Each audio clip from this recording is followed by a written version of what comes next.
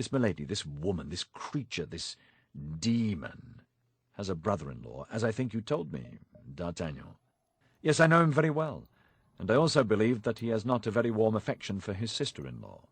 There is no harm in that. If he detested her, it would be all the better, replied Athos. In that case, we are as well off as we wish.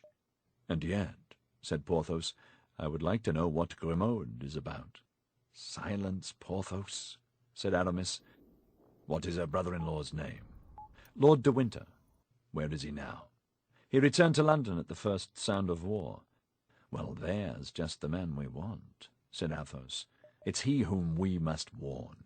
We will have him informed that his sister-in-law is on the point of having someone assassinated, and beg him not to lose sight of her. There is in London, I hope, some establishment like that of the Magdalens, or of the Repentant Daughters. He must place his sister in one of these, and we shall be in peace. Yes, said D'Artagnan, till she comes out. Ah, my faith, said Athos, you require too much, D'Artagnan. I have given you all I have, and I beg leave to tell you that this is the bottom of my sack. But I think it would be still better, said Aramis, to inform the Queen and Lord de Winter at the same time. Yes, but who is to carry the letter to Tours, and who to London? I answer for Bazin, said Aramis. And I for Planchet, said D'Artagnan. Aye, said Porthos, if we cannot leave the camp, our lackeys may. To be sure, they may. And this very day we will write the letters, said Aramis. Give the lackeys money, and they will start. Who will give them money? Replied Athos. Have you any money? The four friends looked at one another, and a cloud came over the brows which but lately had been so cheerful. Look out, cried D'Artagnan. I see black points and red points moving yonder. Why did you talk of a regiment, Athos? It is a veritable army. My faith, yes, said Athos. There they are. See the sneaks come without drum or trumpet. Have you finished, Grimaud? Grimaud made a sign in the affirmative, and pointed to a dozen bodies which he had set up in the most picturesque attitudes. Some carried arms, others seemed to be taking aim, and the remainder appeared merely to be sword in hand. Bravo, said Athos. That does honor to your imagination. All very well, said Porthos, but I should like to understand. Let us decamp first, and you will understand afterward. A moment, gentlemen, a moment. Give Grimaud time to clear away the breakfast. Aha, said Aramis. The black points and the red points are visibly enlarging. I am of D'Artagnan's opinion. We have no time to lose in regaining our camp. My faith, said Athos, I have nothing to say against a retreat. We bet upon 1 hour, and we have stayed an hour and a half. Nothing can be said. Let us be off, gentlemen, let us be off. Grimaud was already ahead, with the basket and the dessert. The four friends followed 10 paces behind him. What the devil do we do now, gentlemen? Cried Athos. Have you forgotten anything? Said Aramis. The white flag, morbleu. We must not leave a flag in the hands of the enemy, even if that flag be but a napkin. And Athos ran back to the bastion, mounted the platform, and bore off the flag. But as the Rochellais had arrived within musket range, they opened a terrible fire upon this man, who appeared to expose himself for pleasure's sake. But Athos might be said to bear a charmed life. The balls passed and whistled all around him. Not one struck him. Athos waved his flag, turning his back on the guards of the city and saluting those of the camp. On both sides loud cries arose. On the one side cries of anger, on the other cries of enthusiasm. A second discharge followed the first, and 3 balls, by passing through it, made the napkin really a flag. Cries were heard from the camp. Come down! Come down! Athos came down. His friends, who anxiously awaited him, saw him returned with joy. Come along, Athos, come along, cried D'Artagnan. Now we have found everything except money. It would be stupid to be killed. But Athos continued to march majestically, whatever remarks his companions made, and they, finding their remarks useless, regulated their pace by his. Grimaud and his basket were far in advance, out of the range of the balls. At the end of an instant they heard a furious fusillade. "What's that?" asked Porthos. "What are they firing at now? I hear no balls whistle, and I see nobody." "They are firing at the corpses," replied Athos. "But the dead cannot return their fire." "Certainly not. They will then fancy it is an ambuscade. They will deliberate, and by the time they have found out the pleasantry, we shall be out of the range of their balls. That renders it useless to get pleurisy by too much haste." "Oh, I comprehend now," said the astonished Porthos. "That's lucky," said Athos, shrugging his shoulders. On their part, the French, on seeing the four friends return at such a step, uttered cries of enthusiasm. At length a fresh discharge was heard, and this time the balls came rattling among the stones around the four friends, and whistling sharply in their ears. The Rochellais had at last taken possession of the bastion. "Those Rochellais are bungling fellows," said Athos. "How many have we killed of them? A dozen? Or 15? How many did we crush under the wall? 8 or 10? And in exchange for all that, not even a scratch. Ah, but what is the matter with your hand, D'Artagnan? It bleeds, seemingly." "Oh, it's nothing," said D'Artagnan. "A spent ball? Not even that. What is it, then?" We have said that Athos loved D'Artagnan like a child, and this sombre and inflexible personage felt the anxiety of a parent for the young man. "Only grazed a little," replied D'Artagnan. "My fingers were caught between two stones, that of the wall and that of my ring, and the skin was broken." "That comes of wearing diamonds, my master," said Athos disdainfully. "Ah, to be sure," cried Porthos, "there is a diamond. Why the devil, then, do we plague ourselves about money when there is a diamond?" "Stop a bit," said Aramis. "Well thought of, Porthos. This time you have an idea." "Undoubtedly," said Porthos, drawing himself up at Athos's compliment. "As there is a diamond, let us sell it." "But," said D'Artagnan, "it is the Queen's diamond." "The stronger reason why it should be sold," replied Athos. "The Queen saving Monsieur de Buckingham, her lover, nothing more just. The Queen saving us, her friends, nothing more moral. Let us sell the diamond.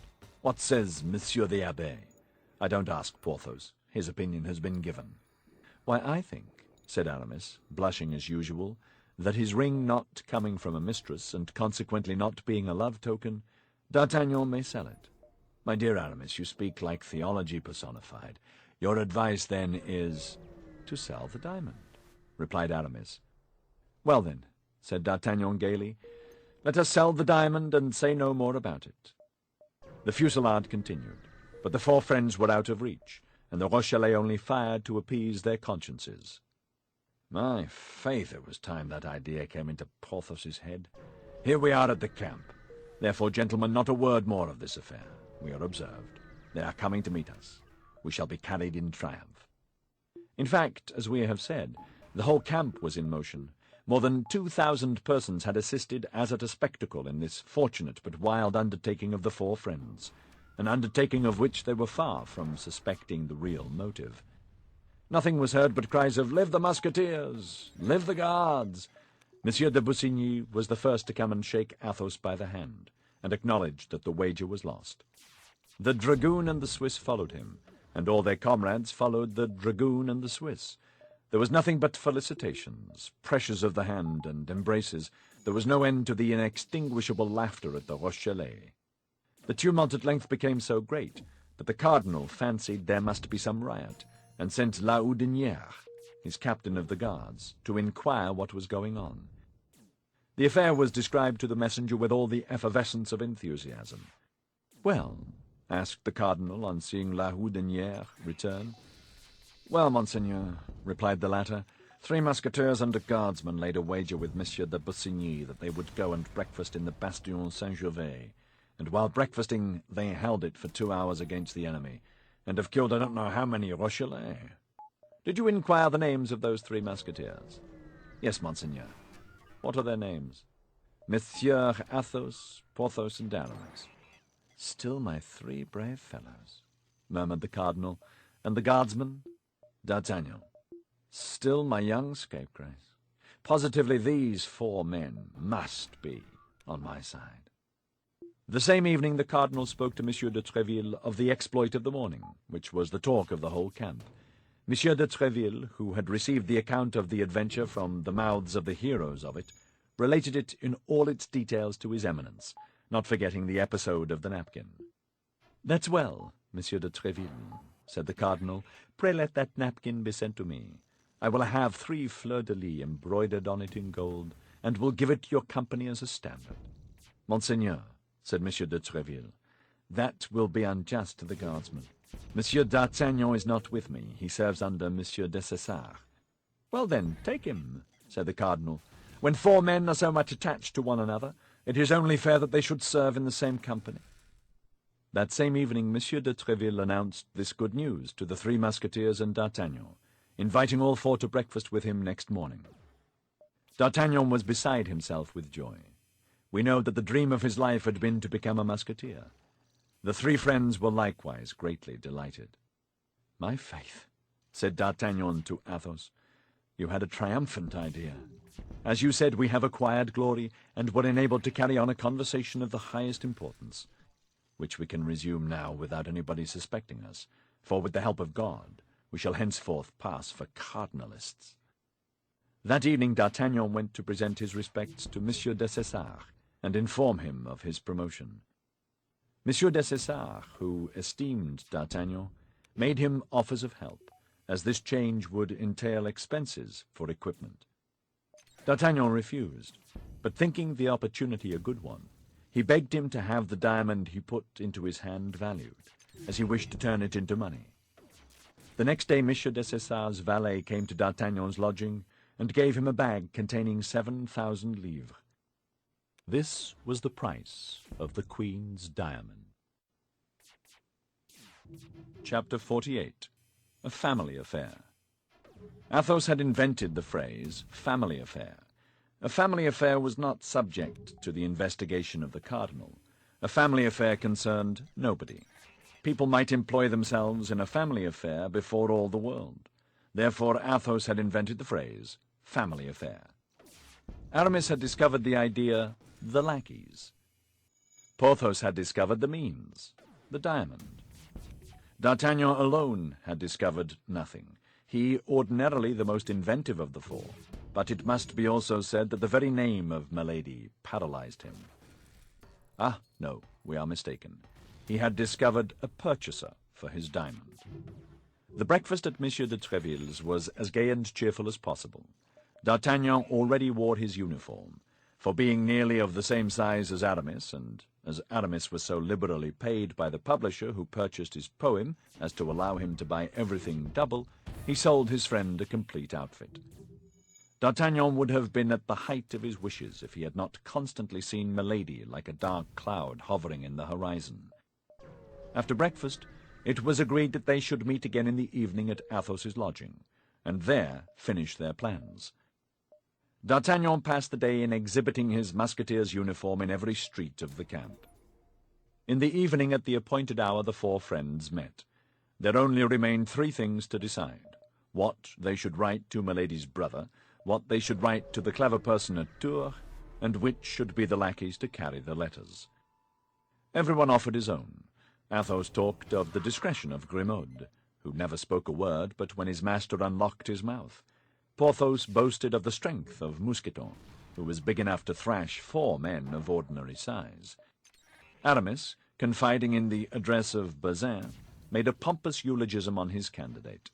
Finally, D'Artagnan had entire faith in the bravery of Planchet, and reminded them of the manner in which he had conducted himself in the ticklish affair of Boulogne. These 4 virtues disputed the prize for a length of time, and gave birth to magnificent speeches which we do not repeat here for fear they should be deemed too long. "Unfortunately," said Athos, "he whom we send must possess in himself alone the 4 qualities united. But where is such a lackey to be found?" "Not to be found?" cried Athos. "I know it well, so take Grimaud. Take Mousqueton. Take Bazin. Take Planchet. Planchet is brave and shrewd. They are 2 qualities out of the 4. "Gentlemen," said Aramis, "the principal question is not to know which of our 4 lackeys is the most discreet, the most strong, the most clever, or the most brave. The principal thing is to know which loves money the best." "What Aramis says is very sensible," replied Athos. "We must speculate upon the faults of people and not upon their virtues. Monsieur Abbé, you are a great moralist." "Doubtless," said Aramis. For we not only require to be well served in order to succeed, but moreover not to fail.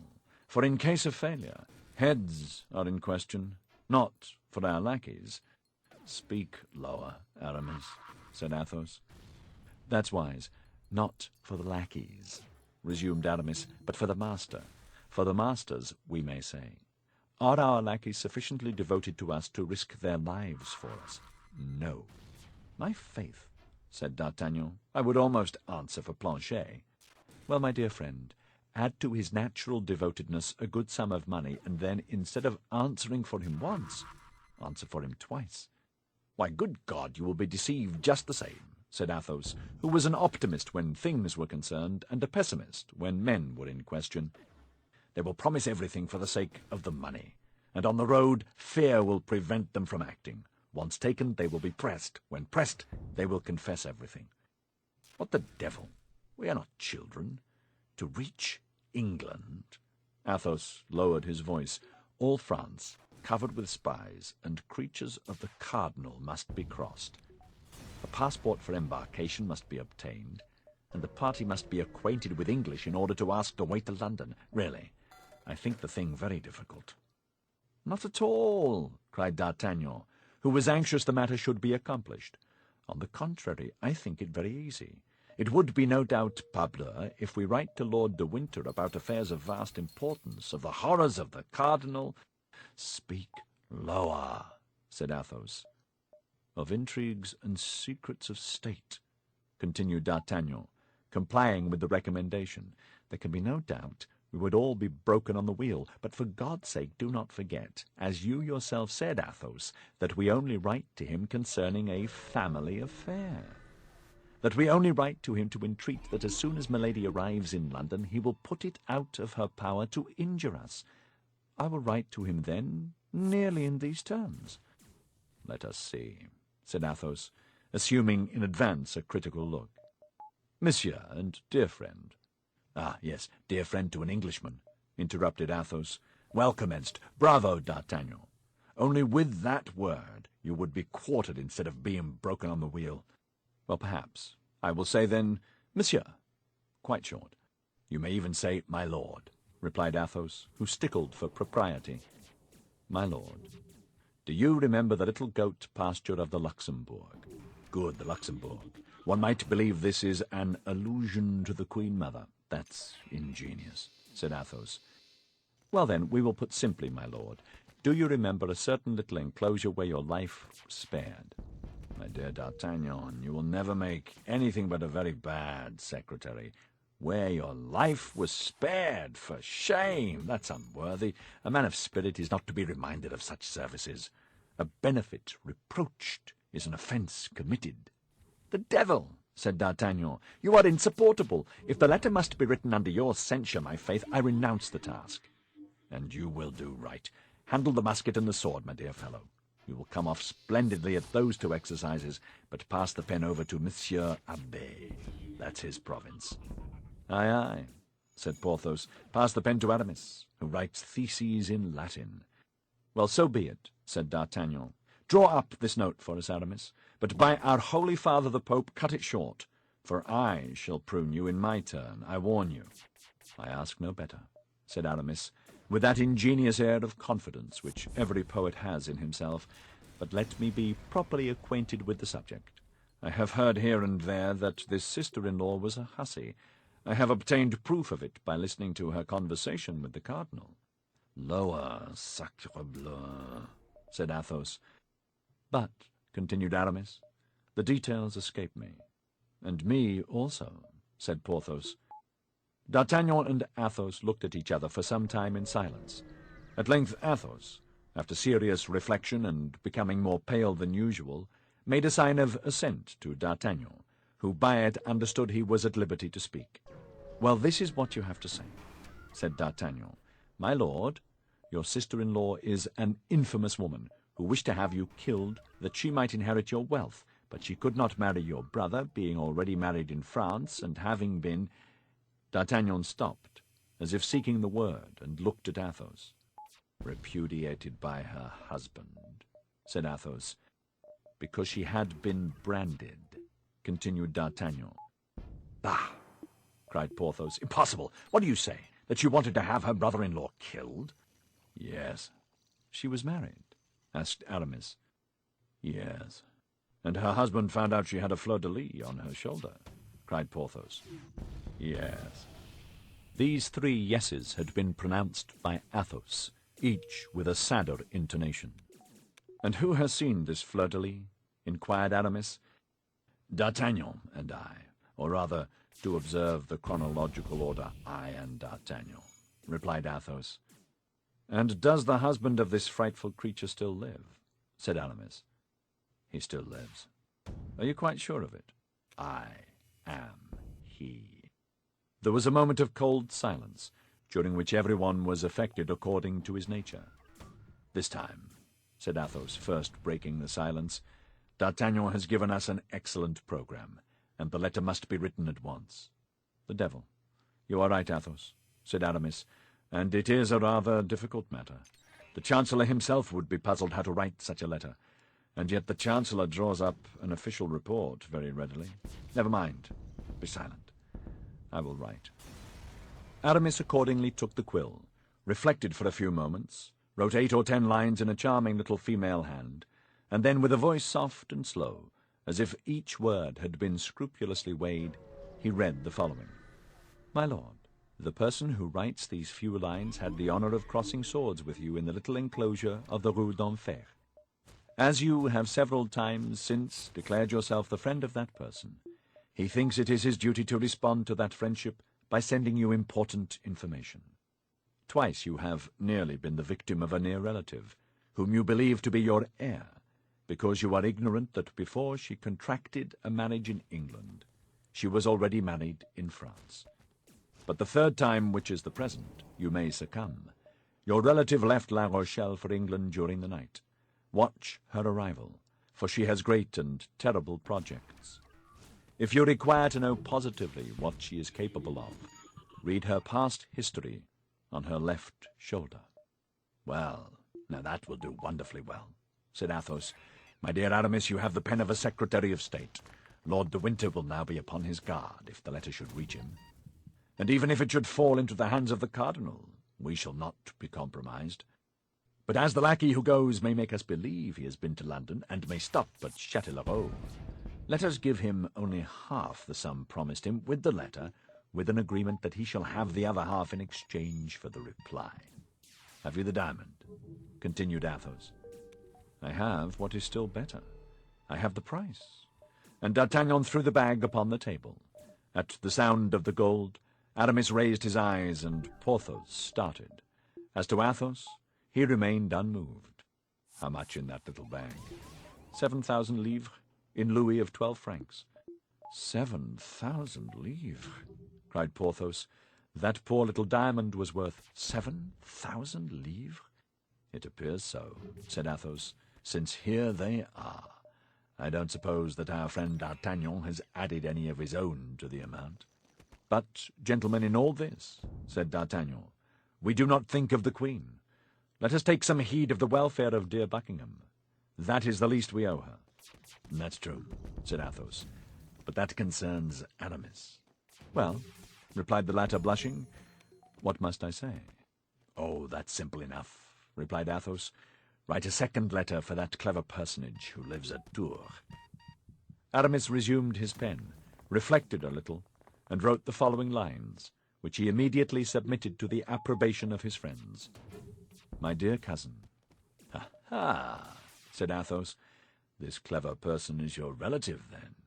"Cousin german." "Go on, to your cousin, then." Aramis continued. "My dear cousin, His Eminence the Cardinal, whom God preserve for the happiness of France and the confusion of the enemies of the kingdom, is on the point of putting an end to the hectic rebellion of La Rochelle. It is probable that the succor of the English fleet will never even arrive in sight of the place.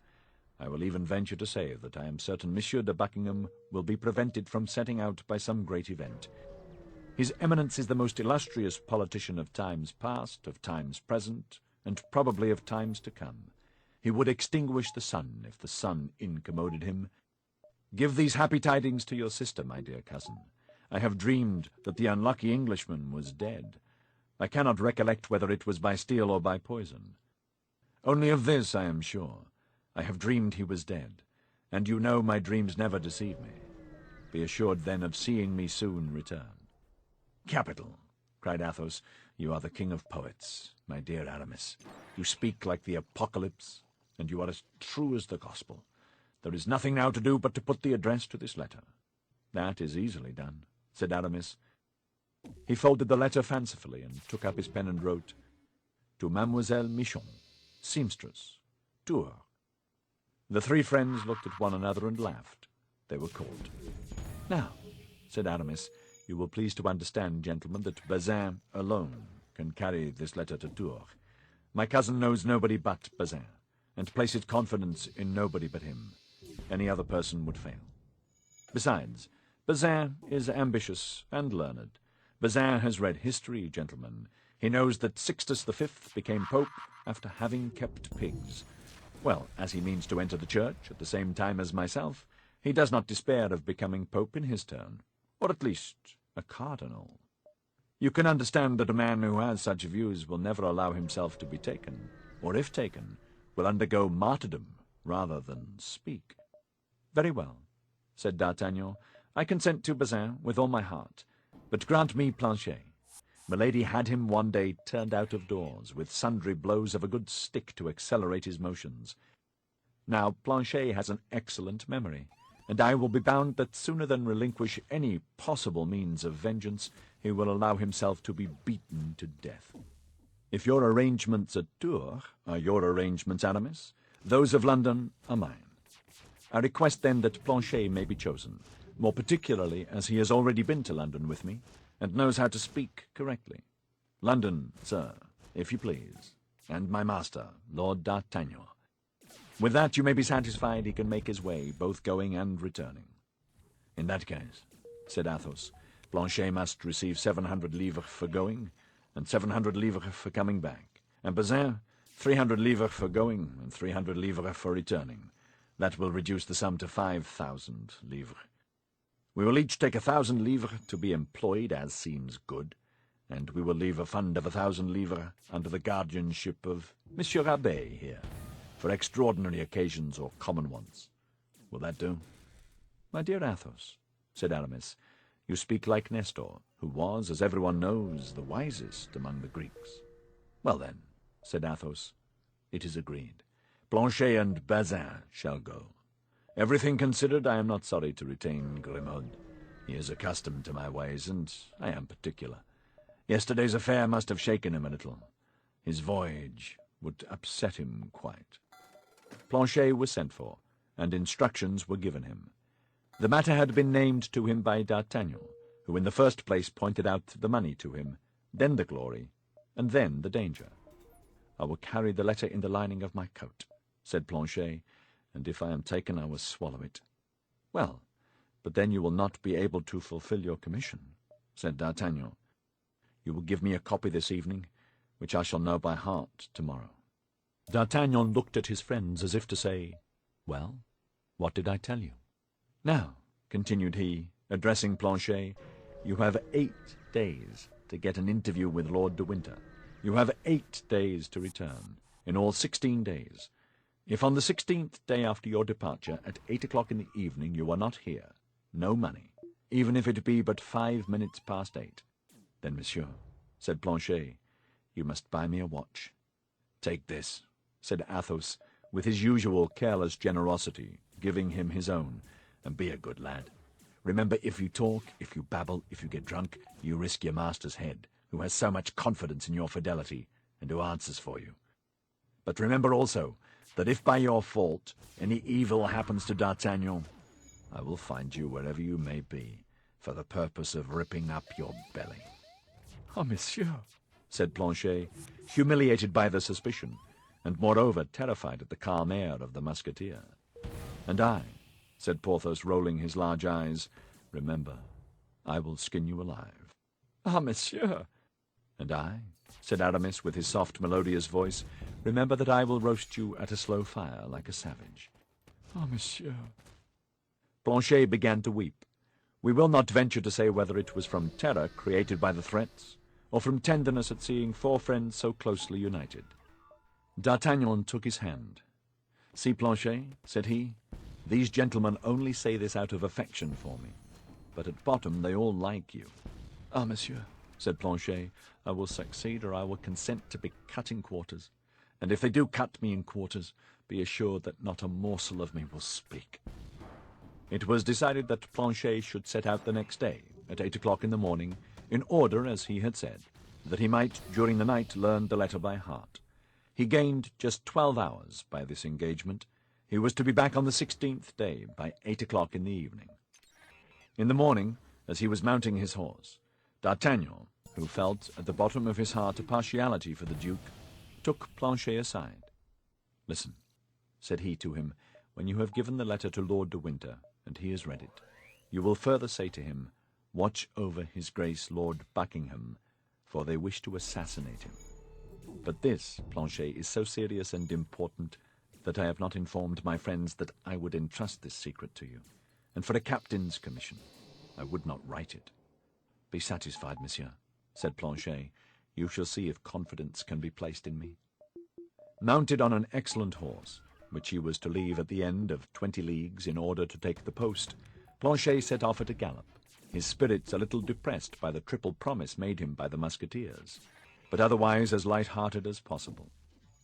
Bazin set out the next day for Tours, and was allowed 8 days for performing his commission. The four friends, during the period of these 2 absences, had, as may well be supposed, the eye on the watch, the nose to the wind, and the ear on the hark. Their days were passed in endeavouring to catch all that was said, in observing the proceeding of the cardinal, and in looking out for all the couriers who arrived. More than once an involuntary trembling seized them when called upon for some unexpected service. They had, besides, to look constantly to their own proper safety.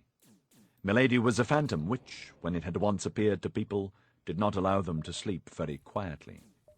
On the morning of the 8th day, Bazin, fresh as ever, and smiling according to custom, entered the cabaret of the Barbillot, as the four friends were sitting down to breakfast, saying, as had been agreed upon, "Monsieur Aramis, the answer from your cousin." The four friends exchanged a joyful glance. Half of the work was done. It is true, however, that it was the shorter and easier part. Aramis, blushing in spite of himself, took the letter, which was in a large coarse hand, and not particular for its orthography. "Good God!" cried he, laughing, "I quite despair of my poor Michon. She will never write like Monsieur de Voiture." "What does you mean by poor Michon?" said the Swiss, who was chatting with the four friends when the letter came. "Oh, pardieu, less than nothing," said Aramis, "a charming little seamstress whom I love dearly, and from whose hand I requested a few lines as a sort of keepsake." "The devil!"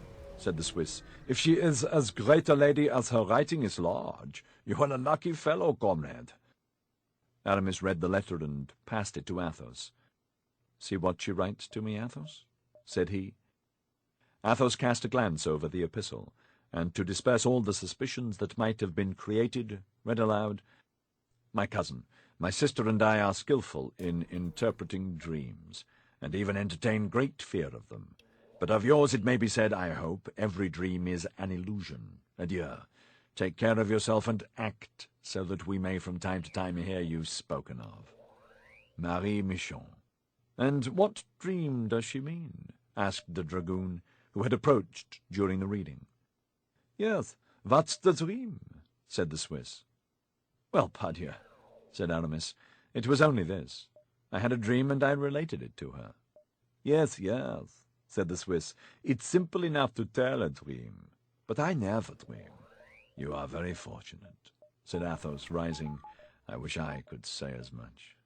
"Never," replied the Swiss, enchanted that a man like Athos could envy him anything. "Never, never." D'Artagnan, seeing Athos rise, did likewise, took his arm, and went out.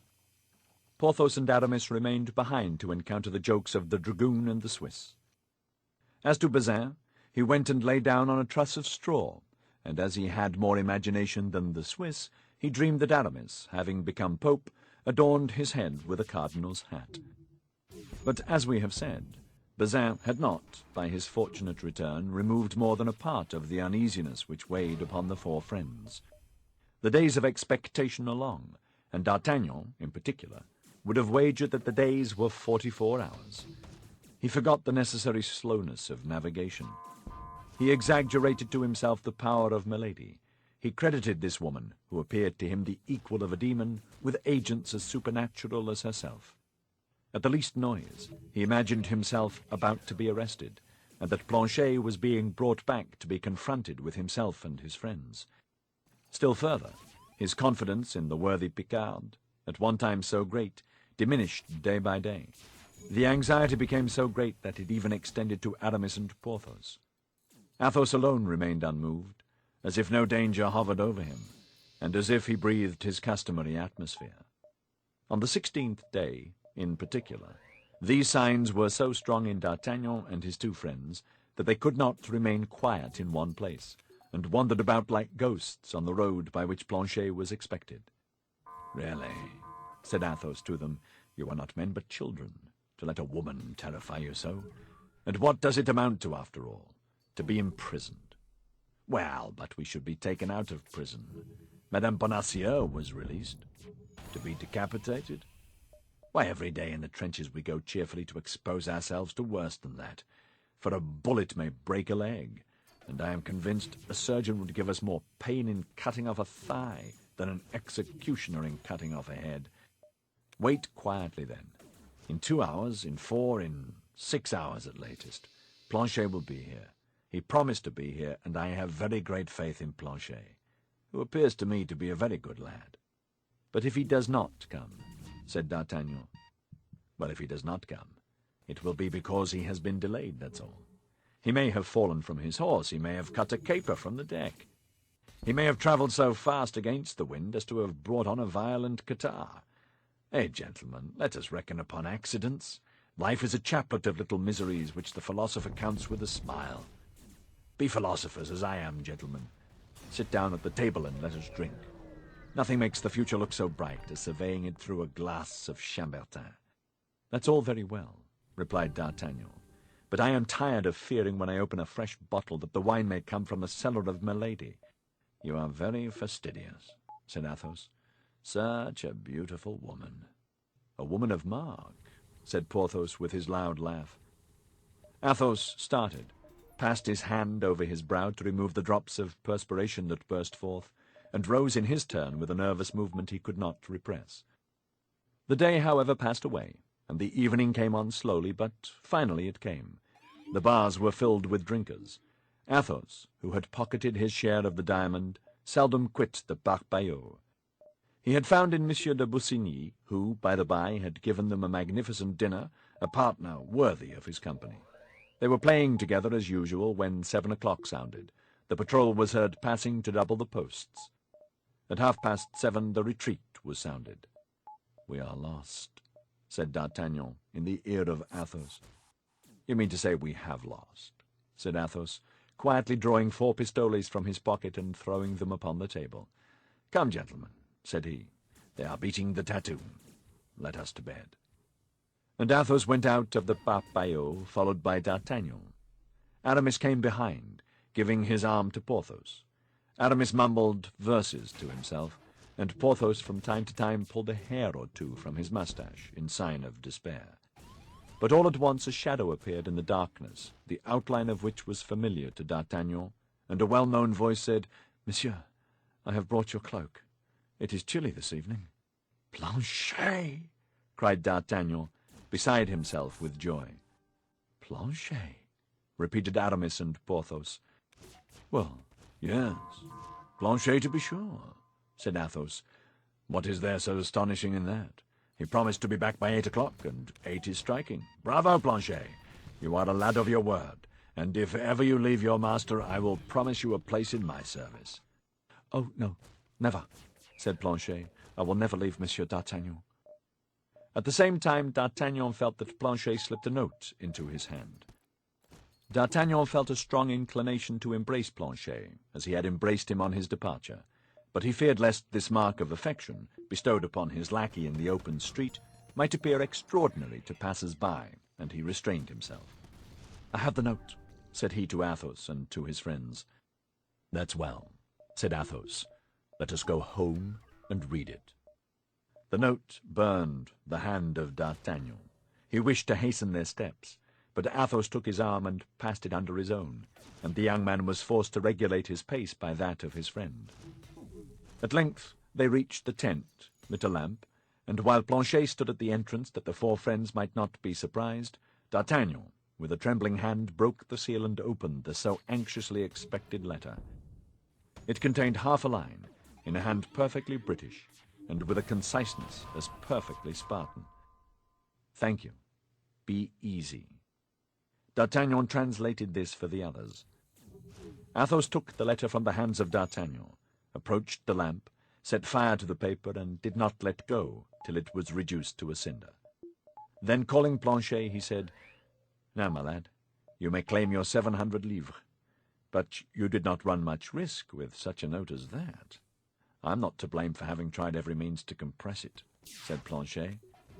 "Well," cried D'Artagnan, "tell us all about it." "Dame, it's a long job, monsieur." "You are right, Planchet," said Athos. "Besides, the tattoo has been sounded, and we should be observed if we kept a light burning much longer than the others." "So be it," said D'Artagnan. "Go to bed, Planchet, and sleep soundly." "My faith, monsieur, that will be the first time I have done so for 16 days. "And me too," said D'Artagnan. "And me too," said Porthos. "And me too," said Aramis. "Well, if you will have the truth, and me too," said Athos. Chapter 49. Fatality.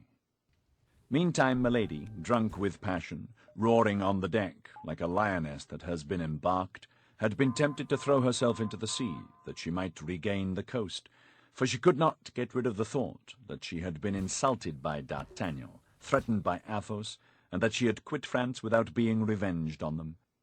This idea soon became so insupportable to her that, at the risk of whatever terrible consequences might result to herself from it, she implored the captain to put her on shore. But the captain, eager to escape from his false position, placed between French and English cruisers, like the bat between the mice and the birds, was in great haste to regain England, and positively refused to obey what he took for a woman's caprice, promising his passenger, who had been particularly recommended to him by the cardinal, to land her, if the sea and the French permitted him, at one of the ports of Brittany, either at Lorient or Brest. But the wind was contrary, the sea bad. They tacked and kept offshore. 9 days after leaving the Charente, pale with fatigue and vexation, Milady saw only the blue coasts of Finistère appear. She calculated that to cross this corner of France and return to the cardinal it would take her at least 3 days. Add another day for landing, and that would make 4. Add these 4 to the 9 others, that would be 13 days lost. 13 days during which so many important events might pass in London. She reflected likewise that the cardinal would be furious at her return, and consequently would be more disposed to listen to the complaints brought against her than to the accusations she brought against others. She allowed the vessel to pass Lorient and Brest, without repeating her request to the captain, who on his part took care not to remind her of it. Milady therefore continued her voyage, and on that very day that Planchet embarked at Portsmouth for France, the messenger of his Eminence entered the port in triumph. All the city was agitated by an extraordinary movement. 4 large vessels, recently built, had just been launched. At the end of the jetty, his clothes richly laced with gold, glittering, as was customary with him, with diamonds and precious stones, his hat ornamented with a white feather which drooped upon his shoulder, Buckingham was seen surrounded by a staff almost as brilliant as himself. It was one of those rare and beautiful days in winter when England remembers that there is a sun. The star of day, pale but nevertheless still splendid, was setting in the horizon, glorifying at once the heavens and the sea with bands of fire, and casting upon the towers and the old houses of the city a last ray of gold, which made the windows sparkle like the reflection of a conflagration. Breathing that sea breeze, so much more invigorating and balsamic as the land is approached, contemplating all the power of those preparations she was commissioned to destroy, all the power of that army which she was to combat alone, she, a woman with a few bags of gold. Milady compared herself mentally to Judith, the terrible Jewess, when she penetrated the camp of the Assyrians and beheld the enormous mass of chariots, horses, men, and arms, which a gesture of her hand was to dissipate like a cloud of smoke. They entered the roadstead, but as they drew near in order to cast anchor, a little cutter, looking like a coastguard, formidably armed, approached the merchant vessel and dropped into the sea a boat which directed its course to the ladder.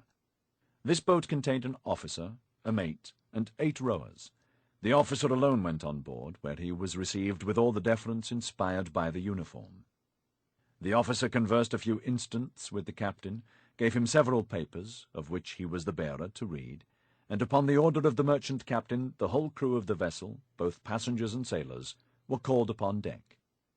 When this species of summons was made, the officer inquired aloud the point of the brig's departure, its route, its landings, and to all these questions the captain replied without difficulty and without hesitation. Then the officer began to pass in review all the people, one after the other, and stopping when he came to Milady, surveyed her very closely, but without addressing a single word to her. He then returned to the captain, said a few words to him, and as if from that moment the vessel was under his command, he ordered a maneuver which the crew executed immediately. Then the vessel resumed its course, still escorted by the little cutter, which sailed side by side with it, menacing it with the mouths of its 6 cannon. The boat followed in the wake of the ship, a speck near the enormous mass. During the examination of Milady by the officer, as may well be imagined, Milady on her part was not less scrutinizing in her glances. But however great was the power of this woman with eyes of flame in reading the hearts of those whose secrets you wished to divine, she met this time with a countenance of such impassivity that no discovery followed her investigation. The officer who had stopped in front of her and studied her with so much care might have been 25 or 26 years of age. He was of pale complexion, with clear blue eyes, rather deeply set. His mouth, fine and well cut, remained motionless in its correct lines. His chin, strongly marked, denoted that strength of will which, in the ordinary Britannic type, denotes mostly nothing but obstinacy. A brow a little receding, as is proper for poets, enthusiasts, and soldiers, was scarcely shaded by short, thin hair, which, like the beard which covered the lower part of his face, was of a beautiful deep chestnut colour. When they entered the port, it was already night. The fog increased the darkness, and formed round the stern lights and lanterns of the jetty a circle like that which surrounds the moon when the weather threatens to become rainy. The air they breathed was heavy, damp, and cold. Milady, that woman so courageous and firm, shivered in spite of herself. The officer desired to have Milady's packages pointed out to him, and ordered them to be placed in the boat. When this operation was complete, he invited her to descend by offering her his hand. Milady looked at this man, and hesitated. "Who are you, sir?" asked she, "who has the kindness to trouble yourself so particularly on my account?" "You may perceive, madame, by my uniform, that I am an officer in the English navy," replied the young man. "But is it the custom for the officers in the English navy to place themselves at the service of their female compatriots when they land in a port of Great Britain, and carry their gallantry so far as to conduct them ashore?" "Yes, madame, it is the custom, not from gallantry but prudence, that in time of war foreigners should be conducted to particular hotels, in order that they may remain under the eye of the government until full information can be obtained about them." These words were pronounced with the most exact politeness and the most perfect calmness. Nevertheless, they had not the power of convincing Milady. "But I am not a foreigner, sir," said she, with an accent as pure as ever was heard between Portsmouth and Manchester. "My name is Lady Clarick, and this measure is general, madame, and you will seek in vain to evade it." "I will follow you then, sir." Accepting the hand of the officer, she began the descent of the ladder, at the foot of which the boat waited. The officer followed her. A large cloak was spread at the stern. The officer requested her to sit down upon this cloak, and placed himself beside her.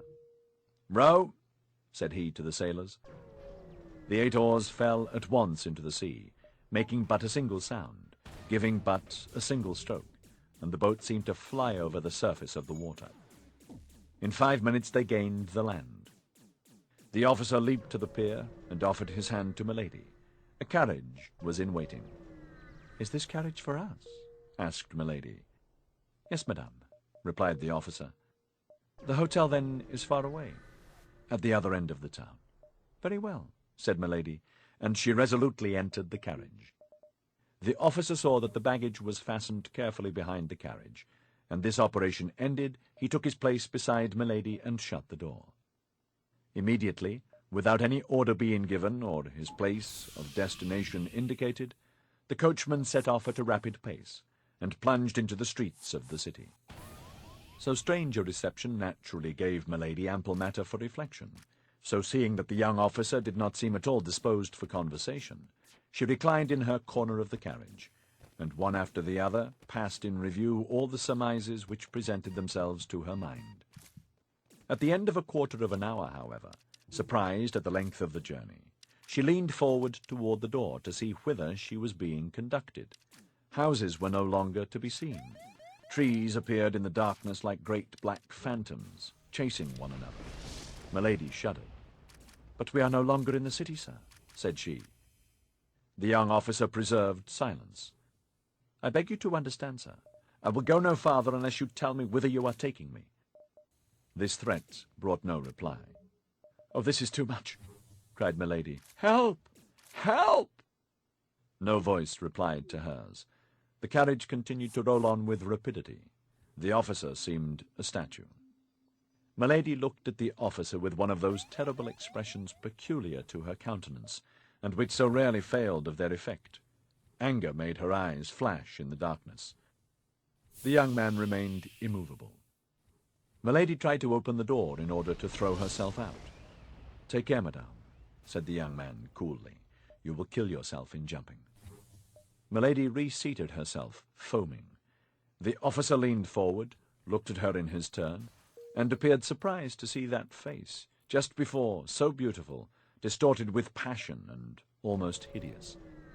The artful creature at once comprehended that she was injuring herself by allowing him thus to read her soul. She collected her features, and in a complaining voice said, "In the name of heaven, sir, tell me if it is to you, if it is to your government, if it is to an enemy, I am to attribute the violence that is done me." "No violence will be offered to you, madame, and what happens to you is the result of a very simple measure which we are obliged to adopt with all who land in England." "Then you don't know me, sir?"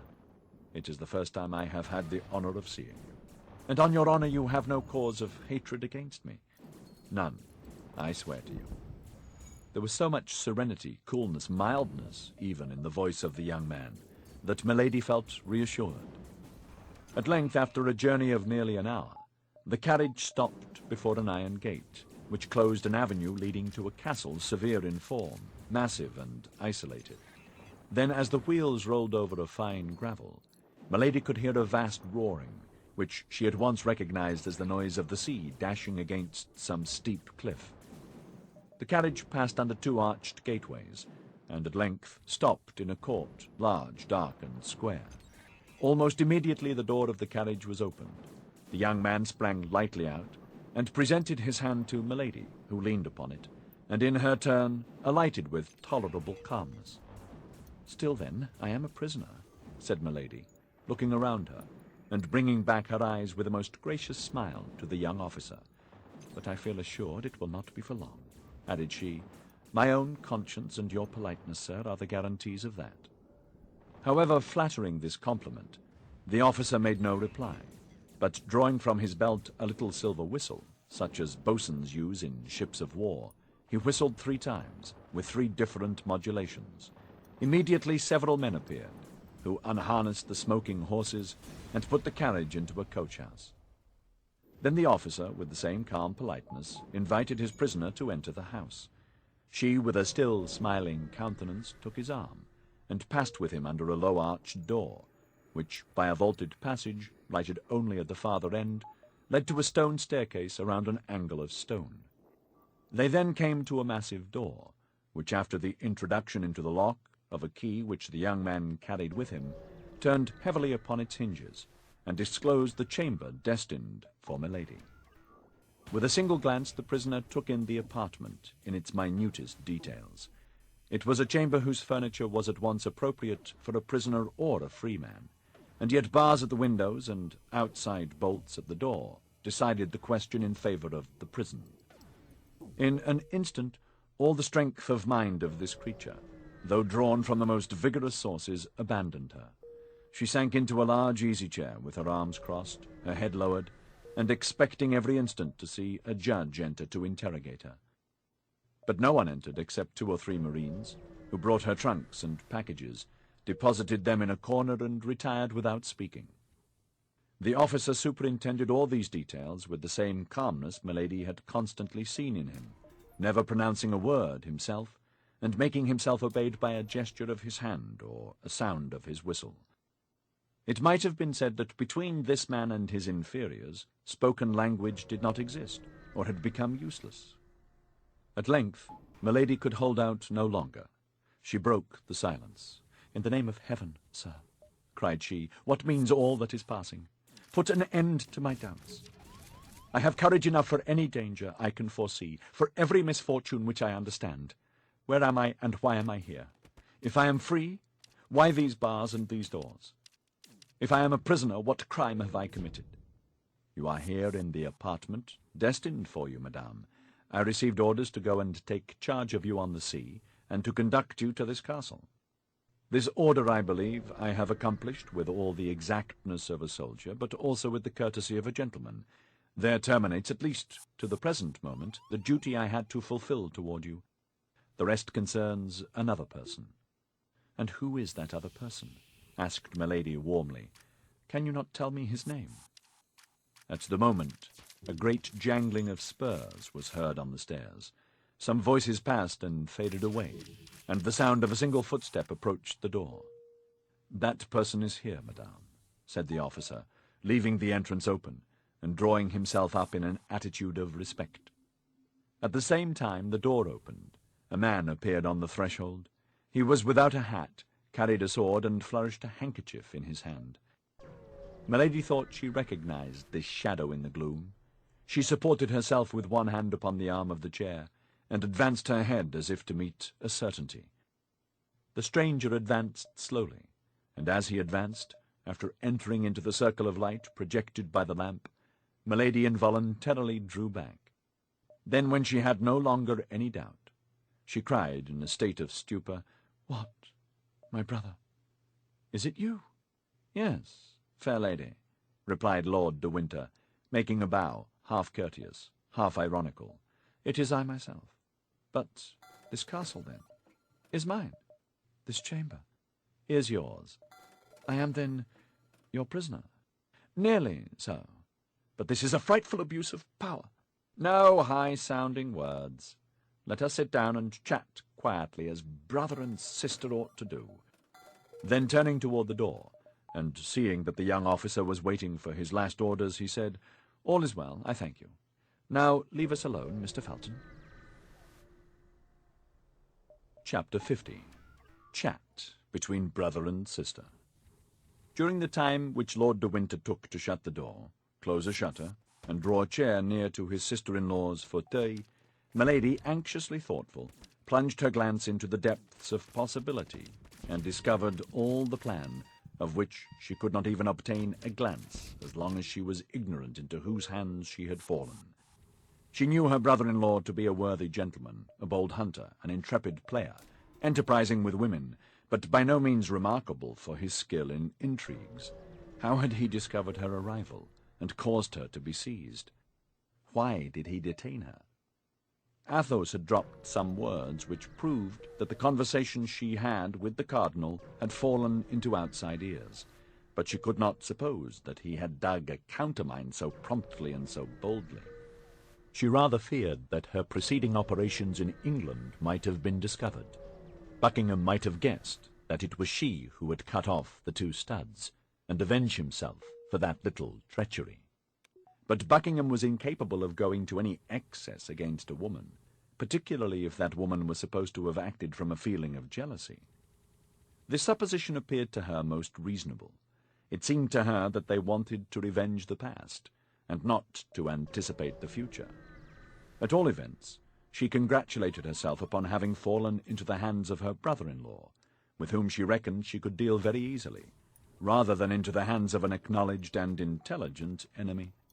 "Yes, let us chat, brother," said she with a kind of cheerfulness, decided as she was to draw from the conversation, in spite of all the dissimulation Lord de Winter could bring, the revelations of which she stood in need to regulate her future conduct. "You have then decided to come to England again," said Lord de Winter, "in spite of the resolutions you so often expressed in Paris never to set your feet on British ground?" Milady replied to this question by another question.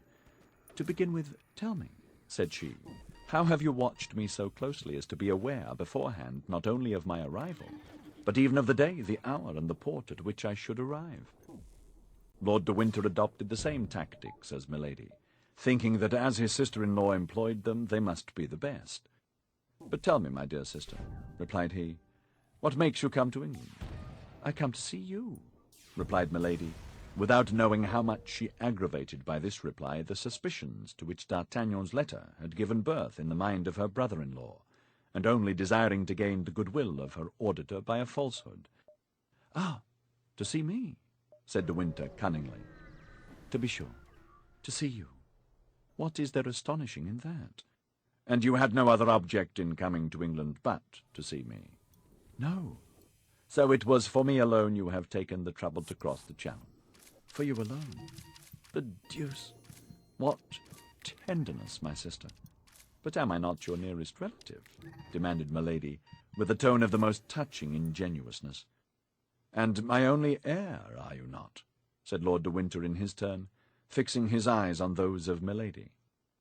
Whatever command she had over herself, Milady could not help starting, and as, in pronouncing the last words, Lord de Winter placed his hand upon the arm of his sister, this start did not escape him.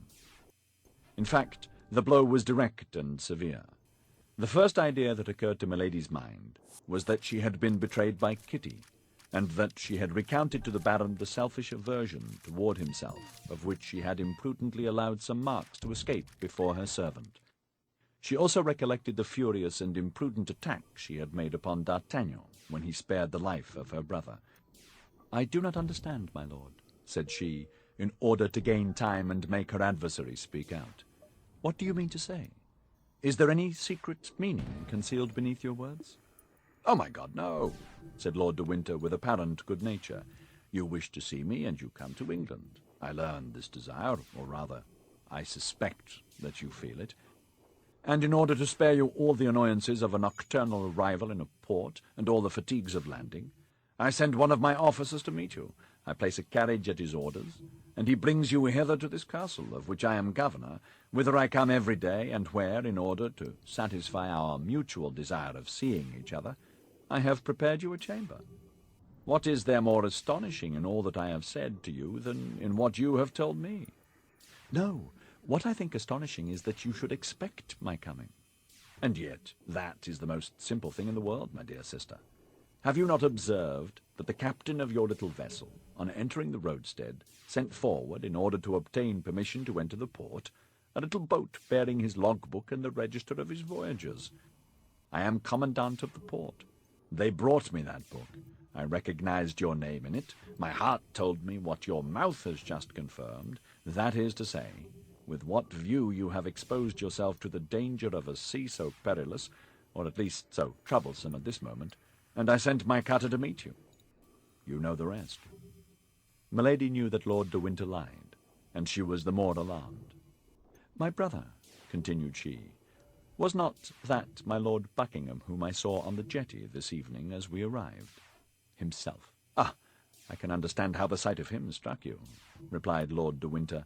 "You came from a country where he must be very much talked of, and I know that his armaments against France greatly engaged the attention of your friend the Cardinal." "My friend the Cardinal!"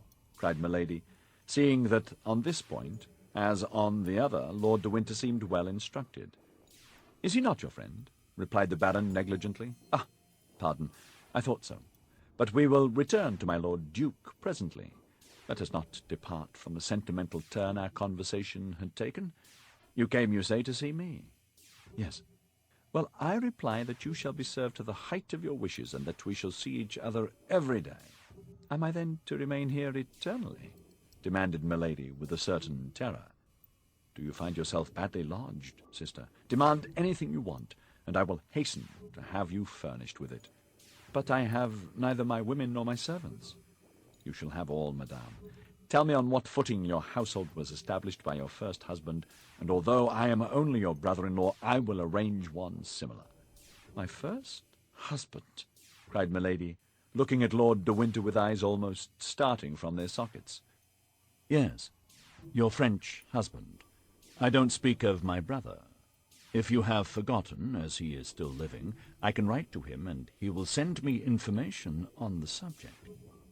A cold sweat burst from the brow of Milady. You jest, said she in a hollow voice. Do I look so? Asked the Baron, rising and going a step backward. Or rather you insult me, continued she, pressing with her stiffened hands the two arms of her easy-chair, and raising herself upon her wrists. I insult you, said Lord de Winter with contempt. In truth, madame, do you think that can be possible? Indeed, sir, said Milady, you must be either drunk or mad. Leave the room and send me a woman. Women are very indiscreet, my sister. Cannot I serve you as a waiting-maid? By that means all our secrets will remain in the family. Insolent, cried Milady, and as if acted upon by a spring, she bounded toward the Baron, who awaited her attack with his arms crossed, but nevertheless with one hand on the hilt of his sword. Come, said he, I know you are accustomed to assassinate people, but I warn you I shall defend myself even against you. You are right, said Milady. You have all the appearance of being cowardly enough to lift your hand against a woman. Perhaps so. And I have an excuse, for mine would not be the first hand of a man that has been placed upon you, I imagine. And the Baron pointed, with a slow and accusing gesture, to the left shoulder of Milady, which he almost touched with his finger. Milady uttered a deep inward shriek, and retreated to a corner of the room like a panther which crouches for a spring. Oh, growl as much as you please, cried Lord de Winter, but don't try to bite, for I warn you that it would be to your disadvantage. There are here no procurators who regulate successions beforehand. There is no knight-errant to come and seek a quarrel with me on account of the fair lady I detain a prisoner, but I have judges quite ready who will quickly dispose of a woman so shameless as to glide, a bigamist, into the bed of Lord de Winter, my brother. And these judges, I warn you, will soon send you to an executioner who will make both your shoulders alike. The eyes of Milady darted such flashes that although he was a man and armed before an unarmed woman, he felt the chill of fear glide through his whole frame. However, he continued all the same, but with increasing warmth. Yes, I can very well understand that after having inherited the fortune of my brother, it would be very agreeable to you to be my heir likewise. But know beforehand, if you kill me or cause me to be killed, my precautions are taken. Not a penny of what I possess will pass into your hands. Were you not already rich enough, you who possess nearly 1 million? And could you not stop your fatal career if you did not do evil for the infinite and supreme joy of doing it? Oh, be assured, if the memory of my brother were not sacred to me, you should rot in a state dungeon or satisfy the curiosity of sailors at Tyburn. I will be silent, but you must endure your captivity quietly. In 15 or 20 days I shall set out for La Rochelle with the army, but on the eve of my departure a vessel which I shall see depart will take you hence and convey you to our colonies in the south. And be assured that you shall be accompanied by one who will blow your brains out at the first attempt you make to return to England or the continent. Milady listened with an attention that dilated her inflamed eyes. Yes, at present, continued Lord de Winter, you will remain in this castle. The walls are thick, the doors strong, and the bars solid. Besides, your window opens immediately over the sea. The men of my crew, who are devoted to me for life and death, mount guard around this apartment, and watch all the passages that lead to the courtyard. Even if you gained the yard, there would still be 3 iron gates for you to pass. The order is positive. A step, a gesture, a word on your part, denoting an effort to escape, and you are to be fired upon. If they kill you, English justice will be under an obligation to me for having saved it trouble. Ah, I see your features regain their calmness. Your countenance recovers its assurance. You are saying to yourself, 15 days? 20 days? Ah, I have an inventive mind. Before that is expired, some idea will occur to me. I have an infernal spirit. I shall meet with a victim. Before 15 days are gone by, I shall be away from here. Ah, try it. Milady, finding her thoughts betrayed, dug her nails into her flesh to subdue every emotion that might give to her face any expression except agony. Lord de Winter continued, "The officer who commands here in my absence you have already seen, and therefore know him. He knows how, as you must have observed, to obey an order, for you did not, I am sure, come from Portsmouth hither without endeavouring to make him speak. What do you say of him? Could a statue of marble have been more impassive and more mute? You have already tried the power of your seductions upon many men, and unfortunately you have always succeeded. But I give you leave to try them upon this one. Pardieu, if you succeed with him, I pronounce you the demon himself." He went toward the door and opened it hastily. "Call Mr. Felton," said he. "Wait a minute longer, and I will introduce him to you." There followed between these two personages a strange silence, during which the sound of a slow and regular step was heard approaching. Shortly a human form appeared in the shade of the corridor, and the young lieutenant, with whom we are already acquainted, stopped at the threshold to receive the orders of the Baron. "Come in, my dear John," said Lord de Winter. "Come in and shut the door." The young officer entered. "Now," said the Baron, "look at this woman. She is young, she is beautiful, she possesses all earthly seductions.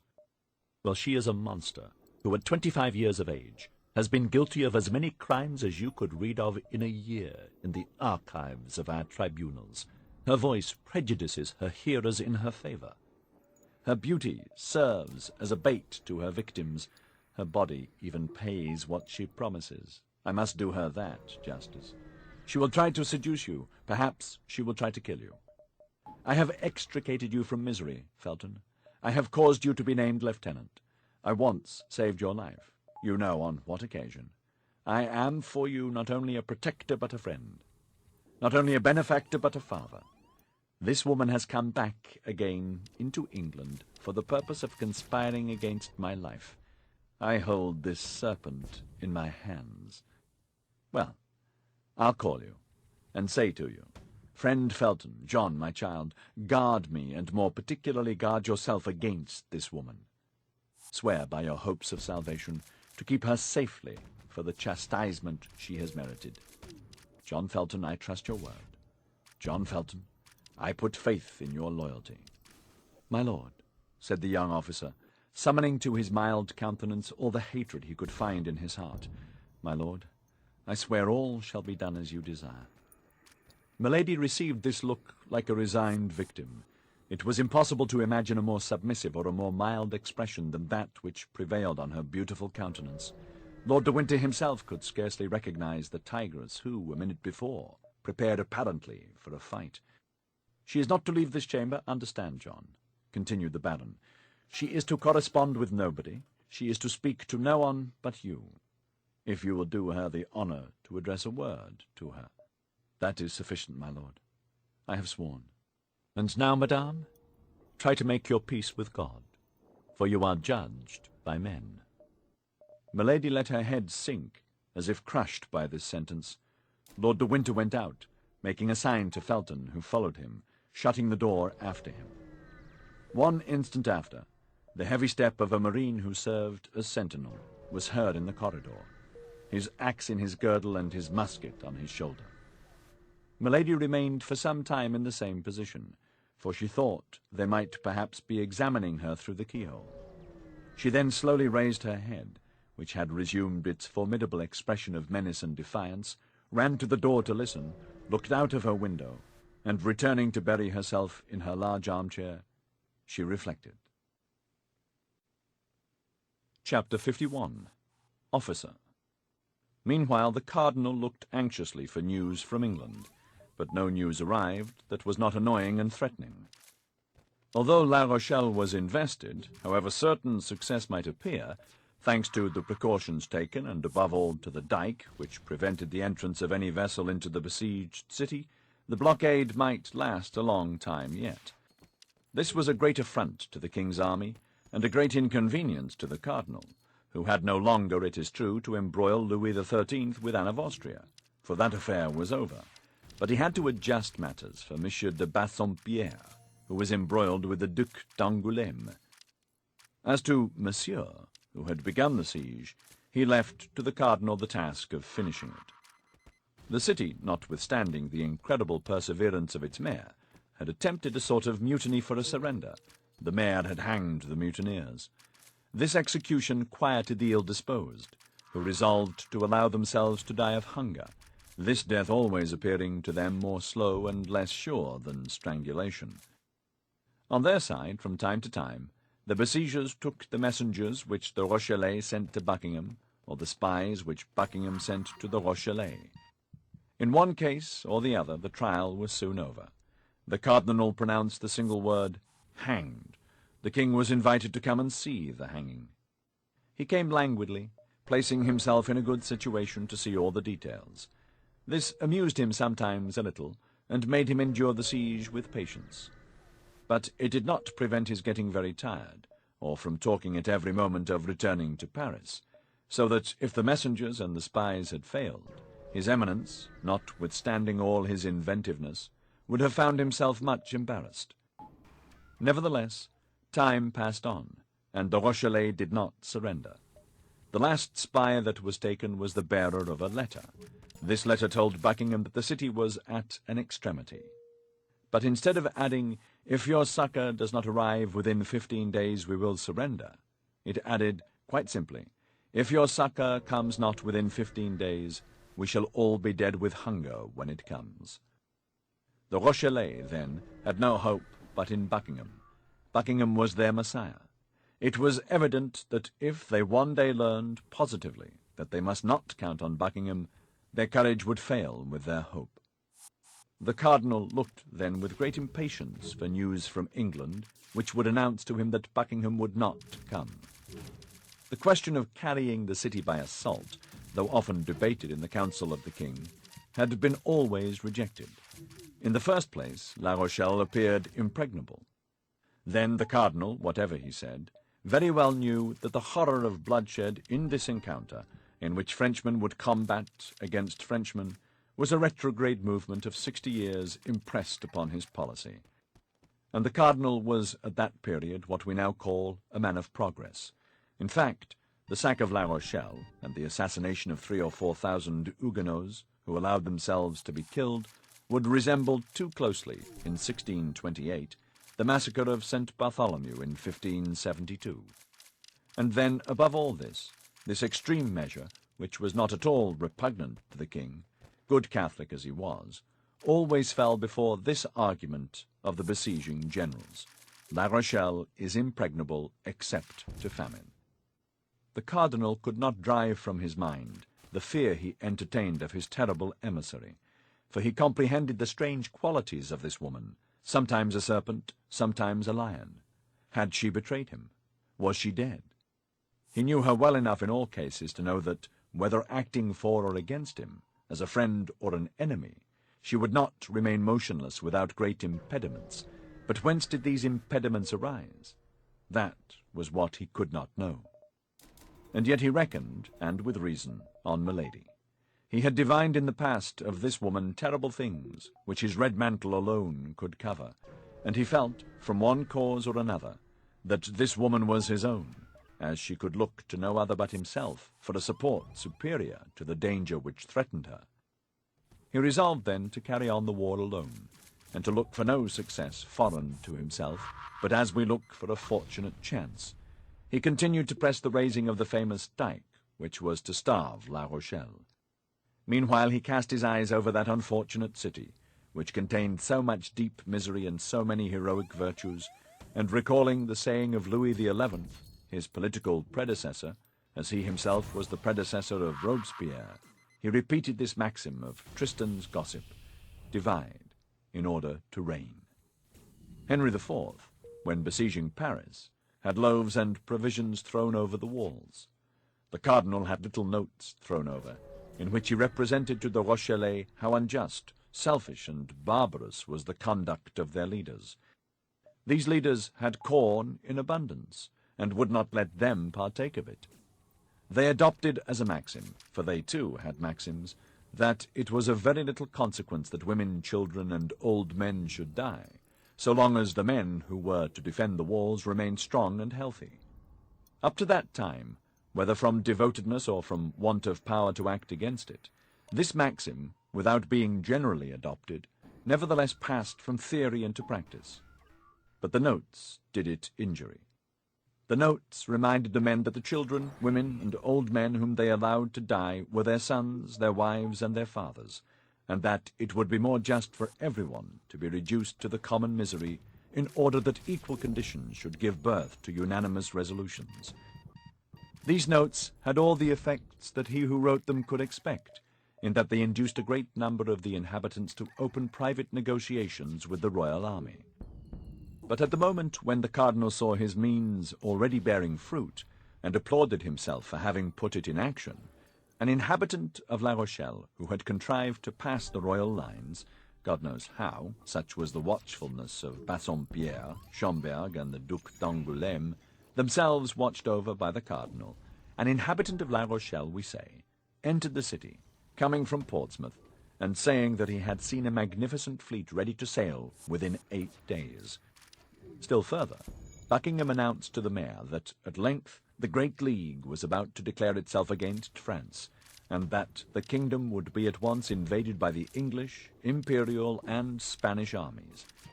This letter was read publicly in all parts of the city.